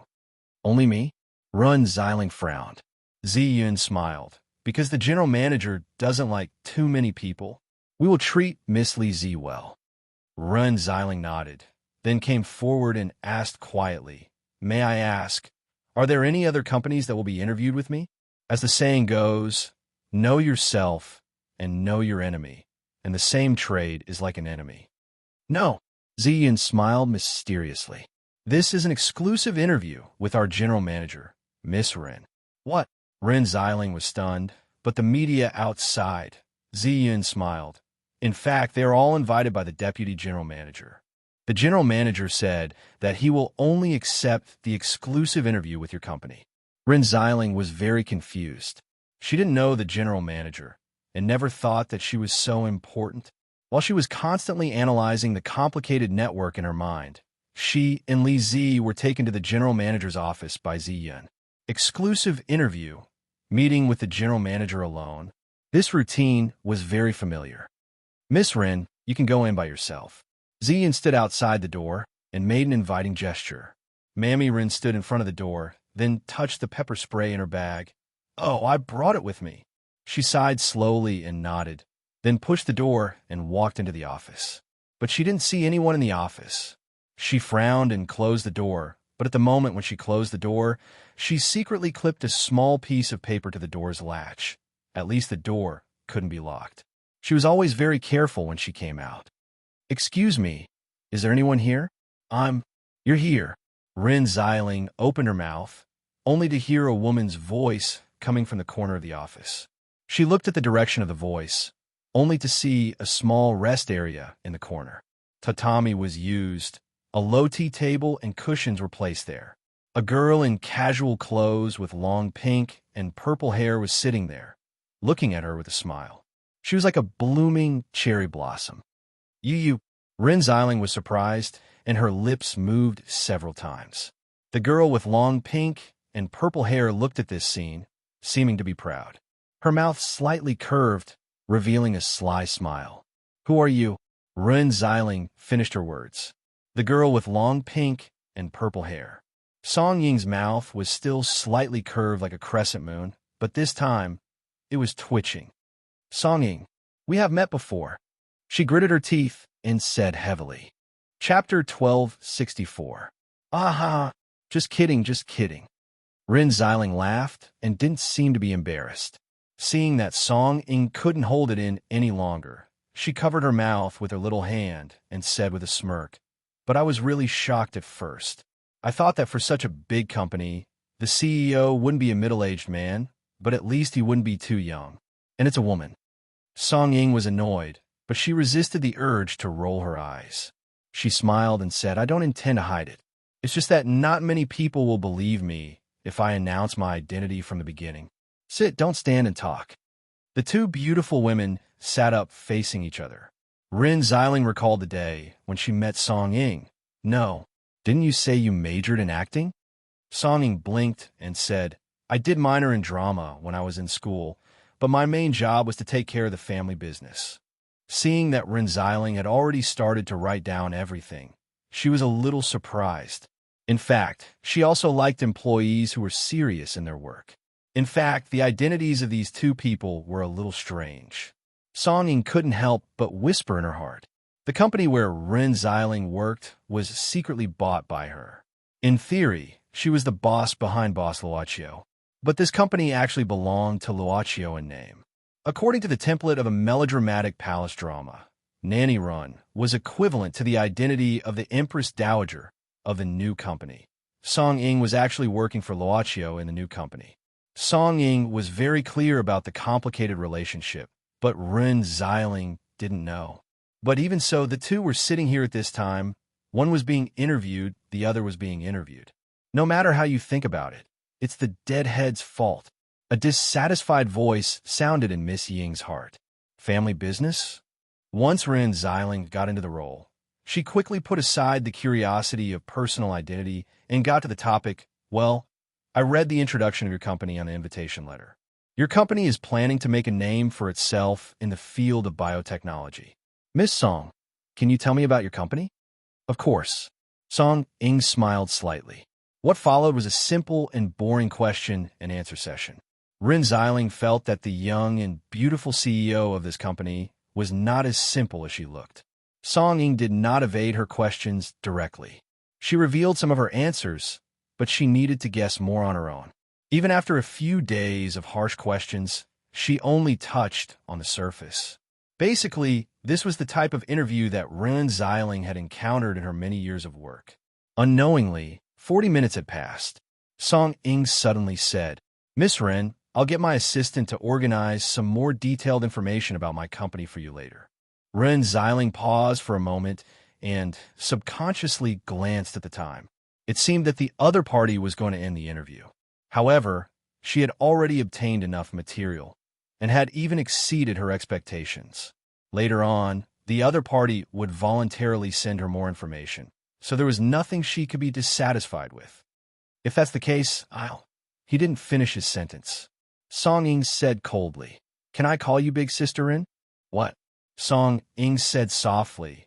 "I don't know why, but when I saw you for the first time, I felt that you were particularly kind, just like my sister. In fact, I haven't been here for a long time. Strictly speaking, you're the first friend I made. Why do I feel like I've been tricked?"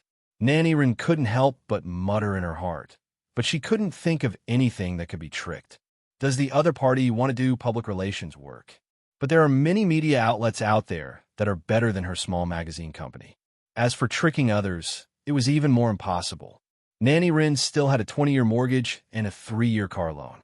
Although she was promoted and got a raise, she still didn't get rid of the group of working dogs.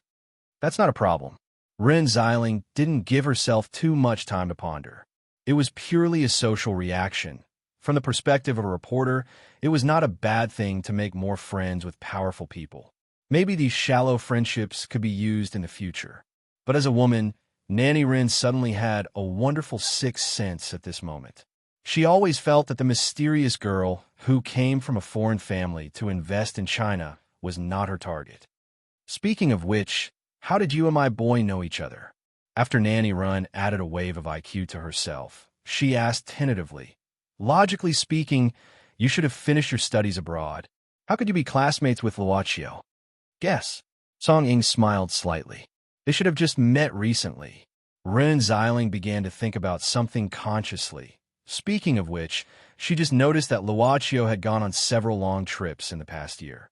She didn't even know what Luochio had been doing since he dropped out of school. Thinking of this, she felt very strange. It seemed that she had never taken the initiative to pay attention to this issue, and she couldn't remember to pay attention to it. Logically speaking, it shouldn't be like this. People say that pregnancy makes a woman stupid for 3 years, and her IQ is lower. The key is that she doesn't even have a man. Is it really because she is old? Seeing Ren Xiling's suspicious face, Song Ying smiled slightly and said something that made the little plot in Nanny Ren's mind start to become exciting. "Sister Ren, if I say that Luochio and I are friends of life and death, would you believe it? Friends of life and death." Ren Xiling was taken aback and subconsciously asked, To what extent? No, he must have encountered some kind of danger. "Wait, is this your performance again?" Song Ying smiled and didn't say anything. Ren Xiling only felt that this girl was a bit like a witch, and she couldn't figure it out. She shook her head and was a little dissatisfied in her heart, so her tone was a little bit lighter. "Miss Song, I'm just a small reporter, and my family is just an ordinary family. There's nothing fun about it. Although it's a bit offensive to talk like this, I still have to say it. If Miss Song really wants to make friends, even if I'm climbing up the social ladder, I don't care what others say. If Miss Song just wants to have fun, then I can only politely decline. Why does she have the same personality as that dead person? She turns hostile just like that." Miss Song felt that it was counterproductive, so she said pitifully, "Sister Ren, I really didn't mean to tease you, but he didn't let me say it. I'm afraid that he will be angry." "Act. Continue acting. You're a bad woman." Ren Xiling already had a dubious idea, and at this time, she didn't feel anything in her heart. Song Ying felt that she was trapped in a cocoon of her own making, so she had to sigh helplessly. "Miss Ren, I'm sorry to have made you have so many misunderstandings. This exclusive interview is actually a small compensation for lying to you last time. It's just an accident that I met Luochio. I don't have any thoughts about it." so don't misunderstand. With such an explanation, Rin Xiling's dubious attitude was more inclined to believe it, or in other words, it was actually more reasonable. She nodded, as if she understood this explanation. She thought that this rich young lady who took care of business for her family might just behave like a rich young lady. It was normal for her to do things her own way. She didn't mean to offend Song Ying too much, but she was a little puzzled by Song Ying's sudden softening. It's fine as long as we talk about it. Rin Xiling smiled slightly. Miss Song, I know you're busy. Since the interview is over, then I won't disturb you. Of course, if Miss Song still thinks of me next time and wants to continue the interview, I'll be very happy. Thank you very much for accepting my interview today. Song Ying opened her mouth and wanted to say something to persuade her to stay, but she couldn't say it. She really felt a little stuffy and uncomfortable. It shouldn't be like this. I'll send you off. She was full of words, but finally squeezed out this sentence. When she was about to go out, Nanny Rin suddenly turned around, which caught Song Ying off guard. Then she heard Rin Xiling suspiciously say, I say, don't tell me you're interested in my stinky boy. How can I like that, damn? Song Ying suddenly stopped, and her ears were a little hot. Oh, Nanny Rin narrowed her eyes. Compared with the reasonable reason before, her sixth sense was more inclined to Song Ying's expression. Nanny Rin smiled and said, but your opponent is very strong. But I won't intervene in the affairs of young people, so good luck. Until Rin Xiling left, Song Ying didn't say a word. Zian later made a pot of coffee and sent it over, but she saw Song Ying sitting on the cushion in the lounge area with her chin in her hand, looking out of the window and thinking about something. Miss, didn't you find out about Master Chio's girlfriend? What are you talking about? Song Ying snorted and said discontentedly, You're talking as if I want to know. That damn guy is a descendant of the Song family, and he will definitely get the Song family's property from Grandpa in the future. Of course, I have the obligation to investigate clearly. How can I let a woman into the family? Yes, you're right, miss. Zian smiled and said, This is for the Song family. Song Ying glanced at her and snorted coldly. You're not allowed to play with your phone anymore. I can apply to go back to school to be remolded. I'll remold you first. Song Ying sneered, and suddenly threw Ziyun on the tatami and reached out to touch her. Miss, don't the instructor didn't teach this lesson. In the evening, when Nan Xiaonan returned to the apartment building, she suddenly received a text message on her phone. She glanced at it and was stunned. The person who sent the text message was Rin Xiling, asking if she would like to go to her house and stay for a while. Her tone was quite sincere. Nan Xiaonan was quite tempted by this proposal. She knew Rin Xiling's actual situation, and of course, she understood that if she could stay with this woman, her safety would be maximized instantly. But whose idea was it? Did Mr. Luo allow it? Before figuring out the situation, Nan Xiaonan didn't want to act rashly. She pressed the elevator button and walked into the elevator. At the same time, she was thinking about Austin Pharmaceuticals. After the underground laboratory's cultivation chamber exploded that night, she took advantage of the chaos and left. The next night, she actually went to investigate again, but there was a sudden fire at Austin Pharmaceuticals the next night. She could only give up. But what made her feel strange was that the people who were lying in ambush around her seemed to have left. At least, in her true sight, she didn't feel any danger. It seemed that she still needed to find out more about Austin Pharmaceuticals. She would go again tonight, Nan Xiaonan thought to herself. At the same time, she walked out of the elevator and took out the key to the apartment door. Someone was inside. Nan Xiaonan's pupils contracted slightly, but she didn't hesitate or even pause. She opened the door with the key and walked into the apartment. She saw a man standing in front of the bookcase next to the computer desk, looking at a photo frame in his hand. This photo frame was broken by Rin Xiling, and she changed it later. This was the relic of Nan Xiaonan. She looked at the man. She remembered that he was also in the underground laboratory that night, and he was Mr. House's assistant. At the end of that night, she was secretly set up by this man. Now that she thought about it, she even felt that the explosion of the cultivation chamber at the end of the experiment had something to do with this man. His name seemed to be Jimmy? Click, click. She gently closed the door and, at the same time, pressed her palm on the electric switch at the entrance. A dark red mark vaguely appeared on her palm and quietly disappeared into the electric switch. "I remember that no outsider is given the key here," she said indifferently. Jimmy, Tang Tianlin, put down the photo frame, turned around, and looked at her carefully. After a moment of silence, he said, "Relax, medical examiner Nan. I'm not here to deal with you today." Nan Xiaonan sneered and walked into the living room. "Is that so? I don't think so. You arranged a lot of people to kill the mastermind behind the ambush around my house. You don't mean to deal with me." Tang Tianlin sat down. "I've removed all those people. No one will monitor you anymore, and no one will deal with you. You can rest assured." "Thank you so much." Tang Tianlin frowned, seeming to be puzzled. "When did you become so good at fighting?" "That night. I don't know what you're talking about." Nan Xiaonan stood still. Tang Tianlin looked at her in surprise for a while, and then shook his head. "You become a little different, but maybe I've never really understood you." "I don't understand you either," Nan Xiaonan said casually. Tang Tianlin thought for a while, and then suddenly said, "House is dying. Austin Pharmaceuticals is now under my control." "So what?" Tang Tianlin looked at her and said, "You know why I was born? You were also one of the participants of the experiment. You should be able to understand why I betrayed House this time." Only a ghost would understand. She didn't know whether to laugh or cry. She was just inexplicably involved in this sub-world, and then miserably inherited the identity of Nan Xiaonan. "You came to me just to tell me your ambition?" She could only sneer. Tang Tianlin shook his head and said seriously, "Lady Nan, I want to invite you to participate in the experiment again. Also, I already have news of perfect human cells." She opened her mouth. Chapter 1265.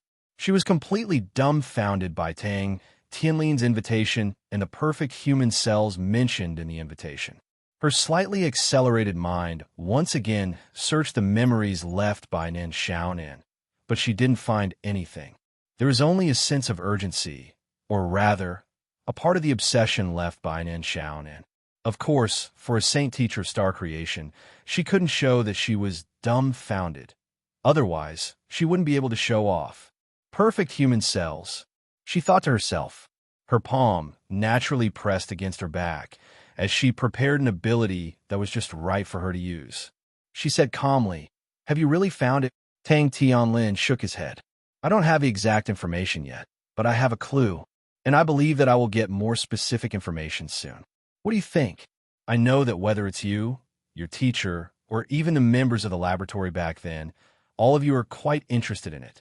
After all, it was because of the perfect human cells that your teacher was able to observe the human genome map to the limit of 999%. She sneered and said, "Why should I believe the words of a person who secretly sent people to assassinate me?" Tang Tianlin said, "If I wanted to deal with you, I wouldn't have come to you alone today, and I wouldn't have withdrawn those people. Now that I've betrayed House, there's no need to make another enemy for myself. What's your purpose?" As she spoke, she naturally took 2 steps forward. There was only a coffee table between her and Tang Tianlin.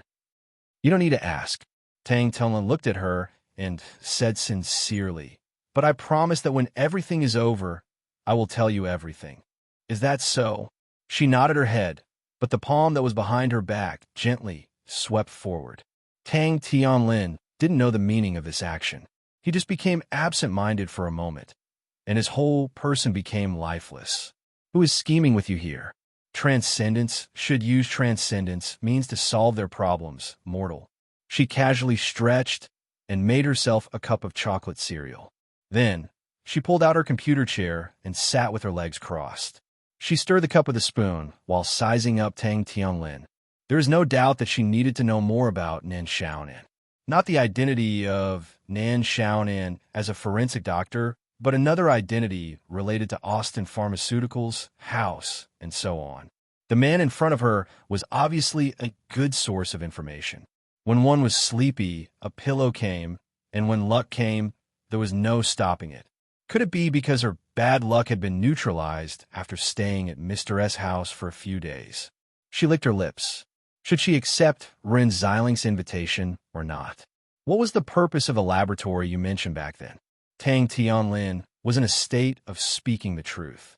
This method was like an apprentice-level method for the former saint teacher of stellar creation and grand arcanist. In the dismembered body case, the witness created this method. This laboratory had two purposes. Tang Tianlin slowly said, first, it was to help House obtain immortality and try to create a replacement body for him. However, although the current technology can clone a real person, there is no way to transfer consciousness. She nodded. She was at the scene of the experiment a few nights ago. The so-called consciousness transfer was just a lie. The science and technology of this subworld hadn't reached the realm of mind science yet. What's the second purpose? The second purpose was to clone perfect humans and create the most perfect human beings to revolutionize human evolution. She was obviously more interested in their second objective. Even in her original world, the evolution of human beings was a very important and difficult topic to solve. Perfect human, or should I say, what is a perfect human cell? She asked curiously. Perfect human being or perfect individual refers to a perfect human being. Tang Tianlin sounded like he was yearning.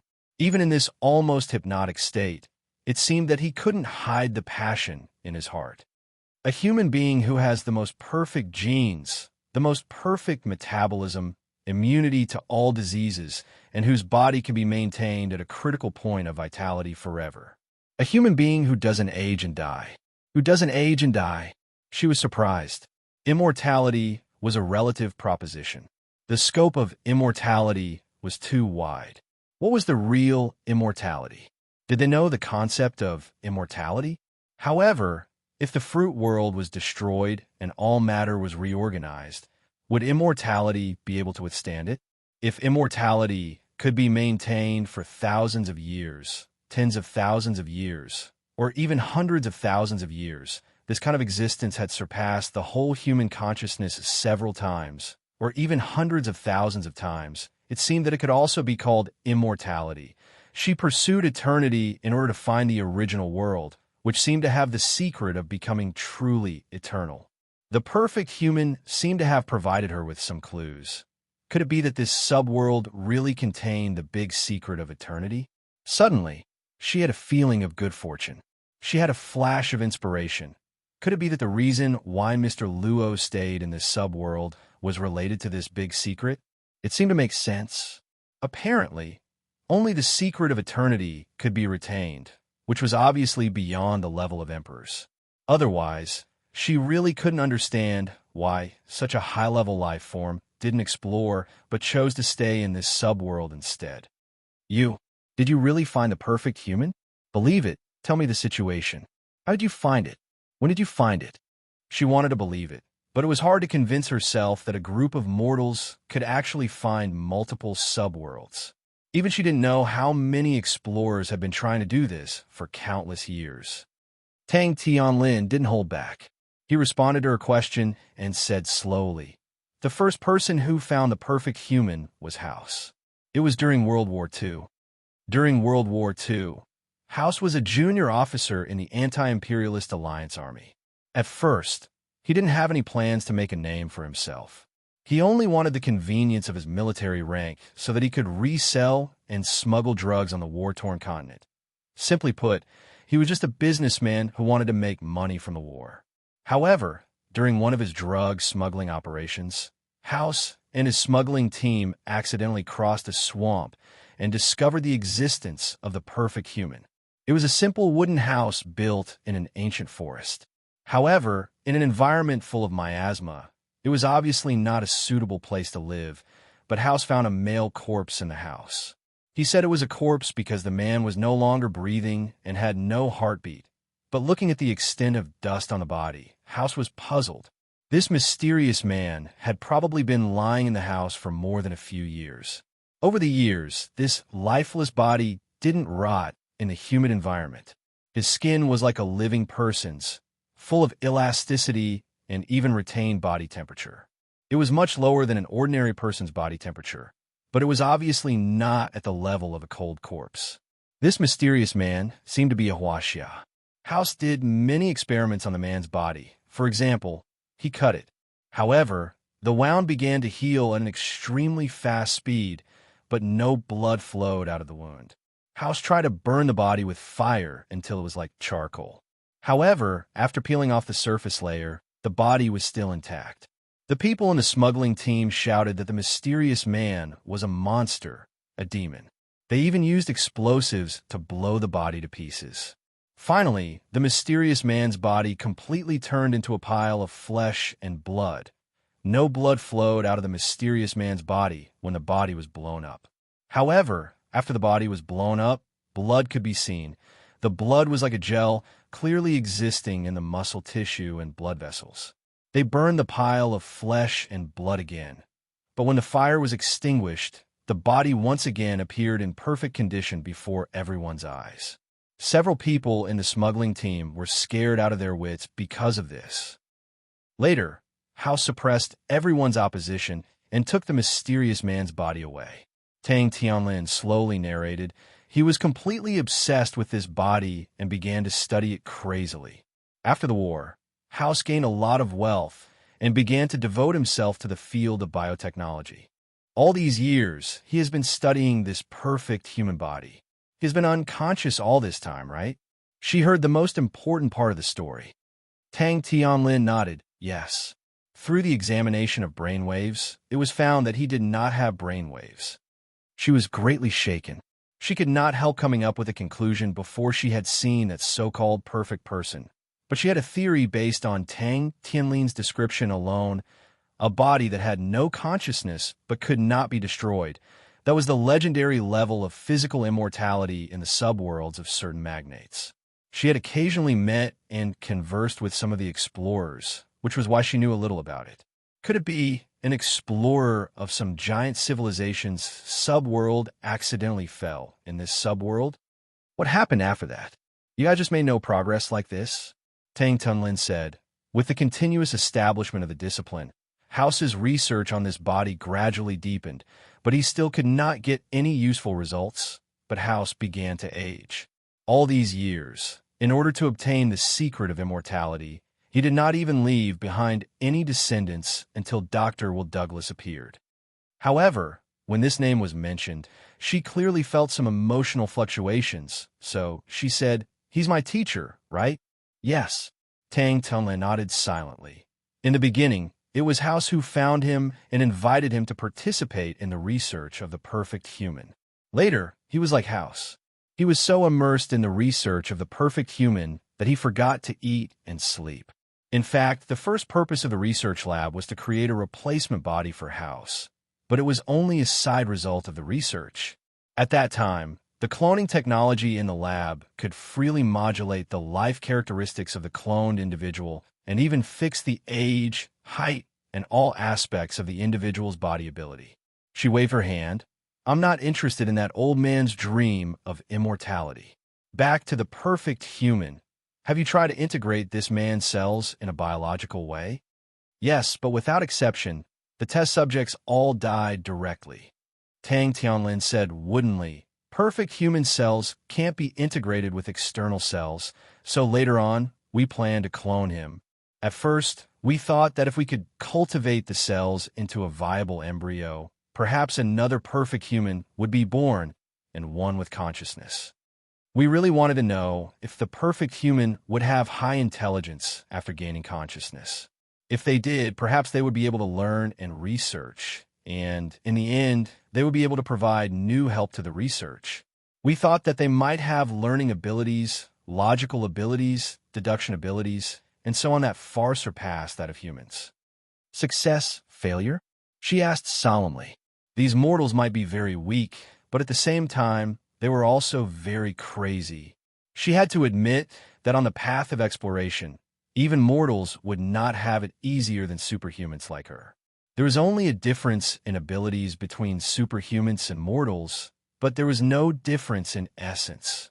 Progress. She suddenly remembered this word. The early preparations were actually done, but the experiment hadn't officially started yet. Tang Tianlin shook his head and said, because when the experiment was about to start, a group of mysterious forces suddenly broke in and almost stole all of our research results. At that time, the situation was very rushed, and the people of the mysterious forces were quite terrifying. Our guards were completely unable to fight back. Later on, House called for reinforcements, but they didn't seem to be our original people. I'm not sure because at that time, we could only focus on running away. In the end, the mysterious forces still stole the research results, and even the perfect human was taken away by them. In order to buy time, House even betrayed all of us and treated us as abandoned pawns. In the end, Teacher protected us at all costs and bought time for me to escape. You should know what happened after that. She was more concerned about the mysterious forces, so she didn't pay attention to how Tang Tianlin addressed her as teacher. She didn't even think about the change of we. After that, the mysterious forces didn't come to you again. Tang Tianlin said, they should have, but they seem to be very weak in China. Or rather, they haven't reached the point where they can do whatever they want. Or rather, they have already taken all the research results, including the perfect human, so they didn't bother to do anything to us. Then what about the perfect human cells you mentioned? House is a person who is naturally suspicious and insecure. He is used to making several preparations, so he secretly kept the cell tissue taken from the perfect human and hid it. But only he knows where he hid it. So, you have information about the cells now? That's right. In the end, she finished the cup of cereal and licked the cup and spoon clean out of habit. In the end, she smiled and said, very good. You've successfully piqued my interest. Where's the immortal body? At the same time, she suddenly snapped her fingers. Tang Tianlin suddenly blinked. Then, he saw that the other party was now sitting in a sitting position, and a trace of doubt flashed across his eyes. He felt that something was wrong, but she didn't give him time to think more carefully. Instead, she said slowly, I promise you. What? Tang Tianlin was stunned. She stood up and said, I look forward to working with you. Chapter 1266. Regarding Nan Xiaonan's promise, Tang Tianlin seemed to have a well-thought-out plan. He just did not expect her to agree so readily. He had prepared another set of excuses, but he did not need to use them. But in this way, he naturally took a small step forward in what he wanted to do. Since both sides had agreed to cooperate, Tang Tianlin meant that she should leave her current job as soon as possible. Originally, she had no choice but to become a forensic doctor in order to avoid the mysterious forces. Just like when he was still Qin Zheng, Tang Tianlin did not intend to reveal her true identity for the time being. Perhaps he had such a plan before, but now it had changed. The reason was because of what happened in the underground research room of Austin Pharmaceuticals a few nights ago. He had confirmed that she was the person from that night. But in his memory, Nan Xiaonan did not have such an amazing combat ability. It would be hard to believe that this was the result of her training in the past few years. As a researcher, she did not have much time to train her body, let alone reach the level of fighting 20 or 30 bloodstained mercenaries by herself. He could not help but recall the part that Nan Xiaonan was responsible for in a laboratory a few years ago. She had been tackling the topic of how to fuse perfect human cells with external cells. Connecting this to her extraordinary performance a few nights ago, Tang Tianlin had another bold hypothesis in his mind. Could it be that Nan Xiaonan had secretly developed a perfect human cell fusion plan during the few years she was hiding? She used it as a foundation and experimented on herself. That was why she could have such a terrifying combat ability in just a few years. Tang Tianlin's hypothesis was not baseless. It was because he was very clear about the horror of perfect human cells. It was like a huge treasure trove that could not be opened. Even if it was just a tiny thing taken from a treasure trove, it could be a huge technological innovation. If Nan Xiaonan had really completed the cell fusion, would she evolve into another perfect human in the future? Her cells? Had her genes changed as well? I suddenly feel something bad from your eyes. Suddenly, Nan Xiaonan's voice rang in his ears. He was suddenly startled. In addition to the extraordinary physical ability, could it be that even her senses had improved? Tang Tianlin said slowly, it's a little bad. I received news that the person who saved House during the attack of the mysterious forces seems to be planning to rescue House this time as well. There is no doubt that House used the perfect human cells he hid as a reward. Nan Xiaonan.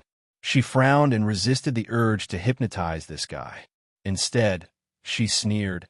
I was wondering why you chose this time to come to me. It seems that you are in trouble and want to ask me for help, right? What did you find out? Tang Tianlin said indifferently. I was created by all of you after all. During that period of time, I observed all of you carefully. I have a deep understanding of your voices, body shapes, and characteristics. Besides, you didn't try to hide yourself at that time. You didn't even change your voice. God knows you guys have so many tricks up your sleeves. She muttered in her heart. If she knew there was someone she knew, she wouldn't be so casual. In fact, she hadn't tried to be careful for a long time. In the words of this subworld, it was, she had been used to solving problems for too long. She was too lazy to use her IQ. But in fact, someone had already sounded the alarm for her. It was Mr. Luo. Otherwise, she wouldn't be in a mood to talk so much with this Tang Tianlin at this time. Of course, there was also the reason why she was interested in the perfect human and perfect human cells. But according to common sense, Nan Xiaonan couldn't show that level of compatibility, right? She narrowed her eyes and asked with a smile, Aren't you curious why I can kill so many guards? But Tang Tianlin shook his head and stood up slowly. Is it strange? As he spoke, he pinched up his sleeves until they reached his elbows. Then he clenched his fists and exhaled. Whoa! Suddenly, the area below his elbow to his fist instantly swelled up, exposing his roots. This part of his skin even turned into a metallic gray color. It even faintly glowed with a metallic luster. This half of his arm had actually swelled to more than double its original size. At this time, Tang Tianlin loosened his 5 fingers and pinched the corner of the tea table, directly crushing the hardwood. After that, this mutated arm gradually returned to its original state, but the speed of recovery was much slower than the mutation. She frowned thoughtfully and said, Perfect human cells? It's just a method of mutation. Tang Tianlin said indifferently. Or do you think that House has made no progress in anything other than cloning technology in the past few years? You and I both have some secrets. I don't want to ask you, in order to show my sincerity. She kept silent for a while before asking, When will those people come to save House? It might be soon. It might be tonight or tomorrow. She nodded. Wait outside for a while. I'll change my clothes. The night was falling. The car window slowly rolled down and then slowly rolled up again. About 10 minutes had passed between the opening and closing of the car window. Zhong Luochen's finger didn't leave the window button. The car was parked on one side of the street, not far from the ceramic studio. Cheng Yun stayed by his side and didn't disturb him. Every few days, second young master would ask someone to drive the car to Miss Ink Studio and just stay there. In fact, it was very difficult to see that figure in the studio. Sometimes it couldn't even be seen. Usually second young master would come here because he was in a bad mood. He had been following Zhong Luochen for some time, so he could naturally judge the mood of the rice leader. Cheng Yun, have you heard the word wishful thinking?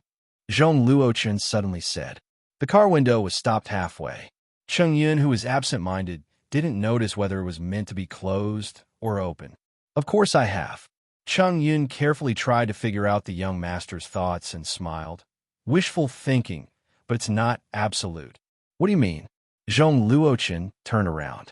Cheng Yun said, Take me for example. 5 years ago, it was wishful thinking for me to own wealth, mansions, and luxury cars. But now I own them, so they're not wishful thinking. Therefore, wishful thinking is not absolute because there must be a bridge leading to the realization of wishful thinking. Zhong Luochen smiled faintly. Are you saying that I am your bridge?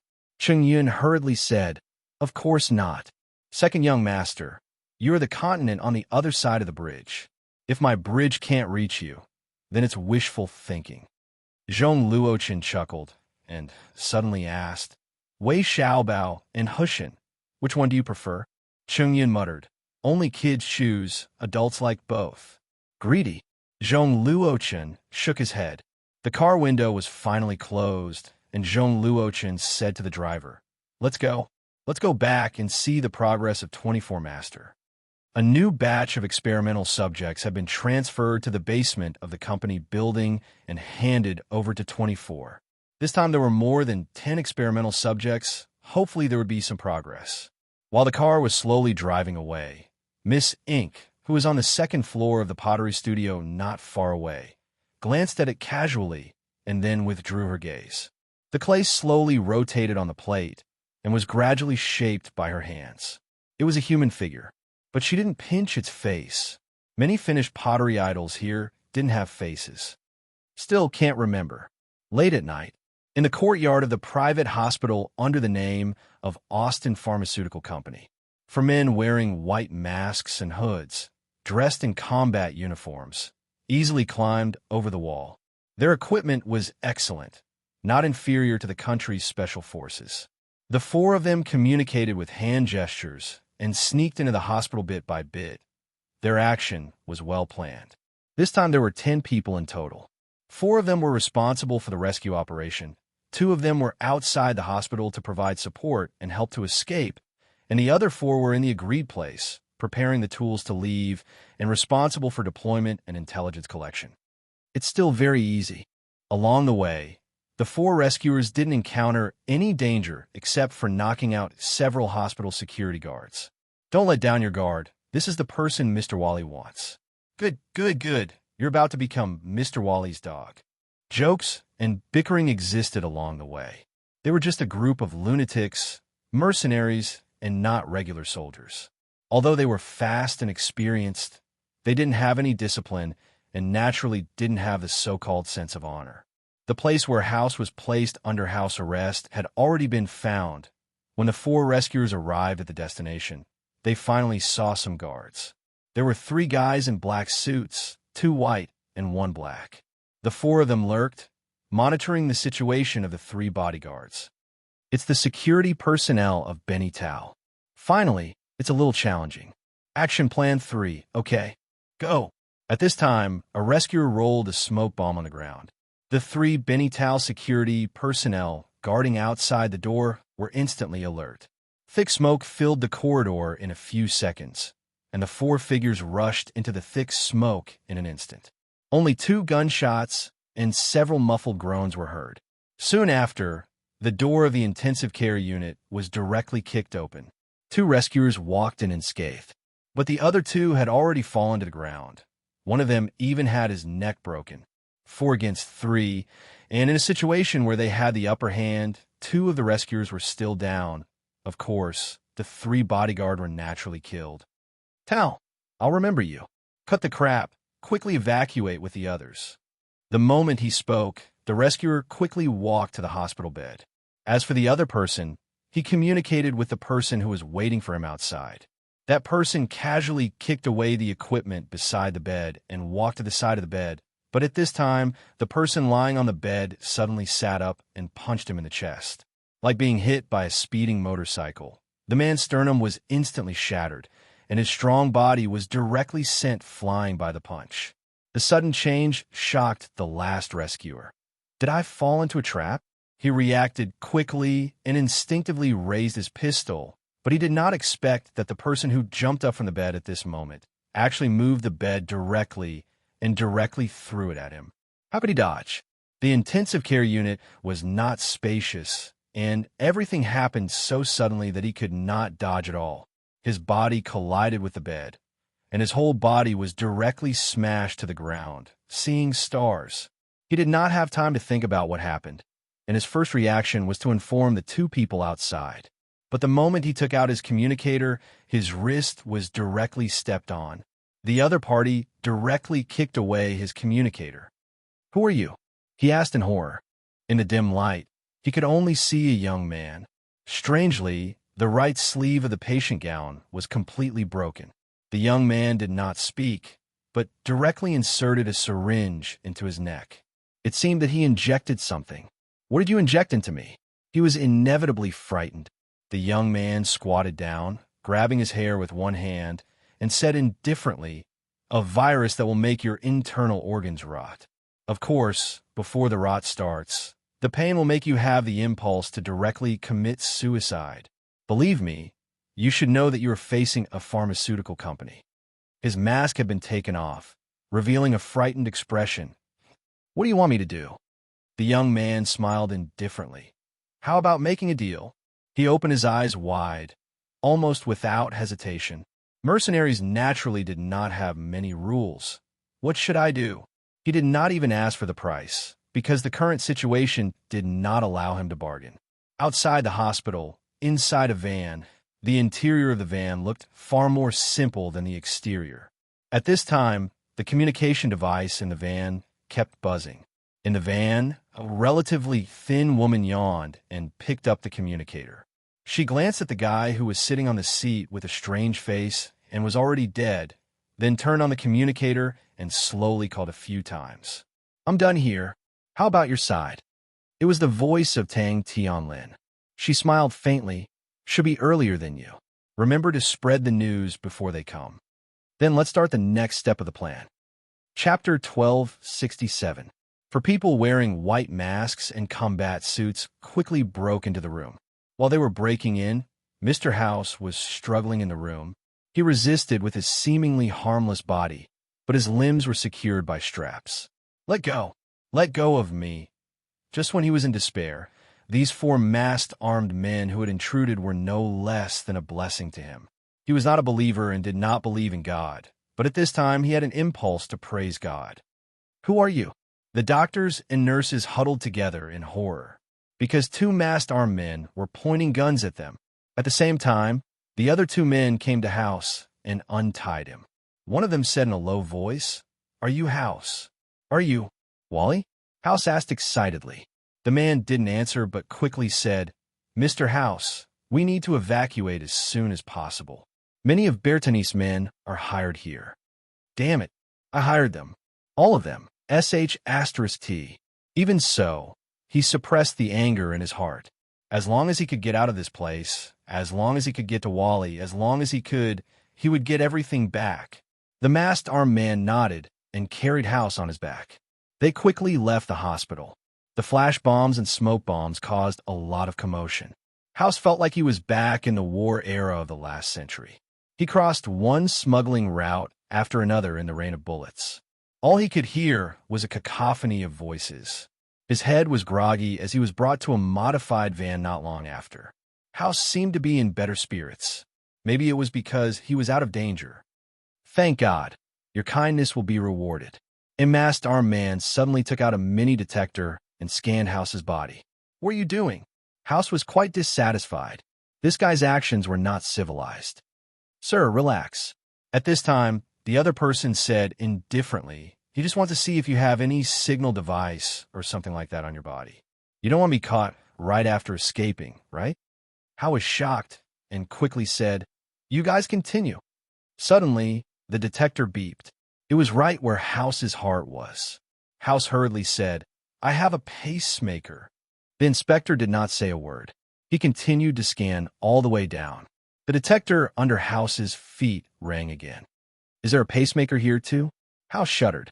Before he could say anything, his leg was lifted up. Then someone took a small knife and cut a hole under his foot. Using a pair of tweezers, they took out something the size of a finger. It must be Jimmy, that damn traitor. House couldn't care less about the wound on the soles of his feet. His face suddenly turned ferocious. At the same time, he was very satisfied that the people sent by Wally were so careful. At least, he temporarily let down his guard against the people in the car. Of course, this was before he saw Wally. His name was Chi, and he grew up in the Siberian plateau. Later on, he joined the local boxing training camp and finally became a mercenary. He was also the only one of the 10 people who survived this time.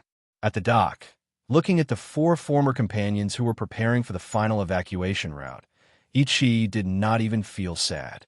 The only thing he was afraid of was that his body was injected with an unknown virus. It wasn't that Ichi didn't think that this could just be a lie. But what if it was true? 9 out of 10 people who made drugs and sold drugs were crazy. He was not a gambler. Between life and death, The only thing he could do was to agree to cooperate with the other party. Not to mention, putting aside the weapons that had been confiscated, in terms of pure hand-to-hand combatability, he was far inferior to the young man in front of him who could pick up the bed with one hand and throw it at him. The young man was sitting on a chair at this time, holding a small scalpel in his hand. The scalpel was jumping between his fingers. Ichi's eyelids fiercely twitched a few times. It was very rare to see someone who could use a scalpel to protect a butterfly knife. This young man's scalpel might be more terrifying than his fist.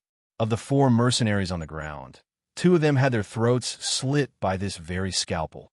In addition, there was a woman who looked very dry in Ichi's eyes, but this woman alone defeated the other 2 mercenaries. After you rescue House, what are you going to do next? The young man looked straight at Ichi. Ichi did not dare to look at the young man's eyes. He boasted that he had killed a lot of people, but the young man's eyes made him feel like he was on the operating table and would be dismembered at any time. He was simply like a butcher. We'll leave directly from this dock and take a cargo ship to Shanghai. Our company's cargo ship is there. We'll drive to Mara first and then take a plane from there. Our final destination is the UK. The young man, Tang Tunlin, narrowed his eyes slightly.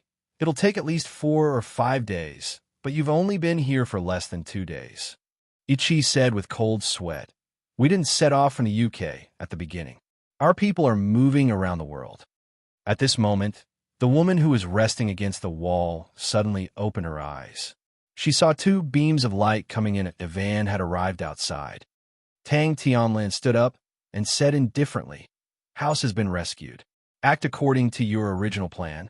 I'll leave the matter of contacting your boss to you. As he spoke, he suddenly pulled out the scalpel in his hand. The metal blade directly swept across Ichi's face, cutting a small wound and finally nailing it into the wall behind him. Okay, at the same time, Tang Tianlin and her directly put on the white mask and the same combat suit, walking side by side to put them on.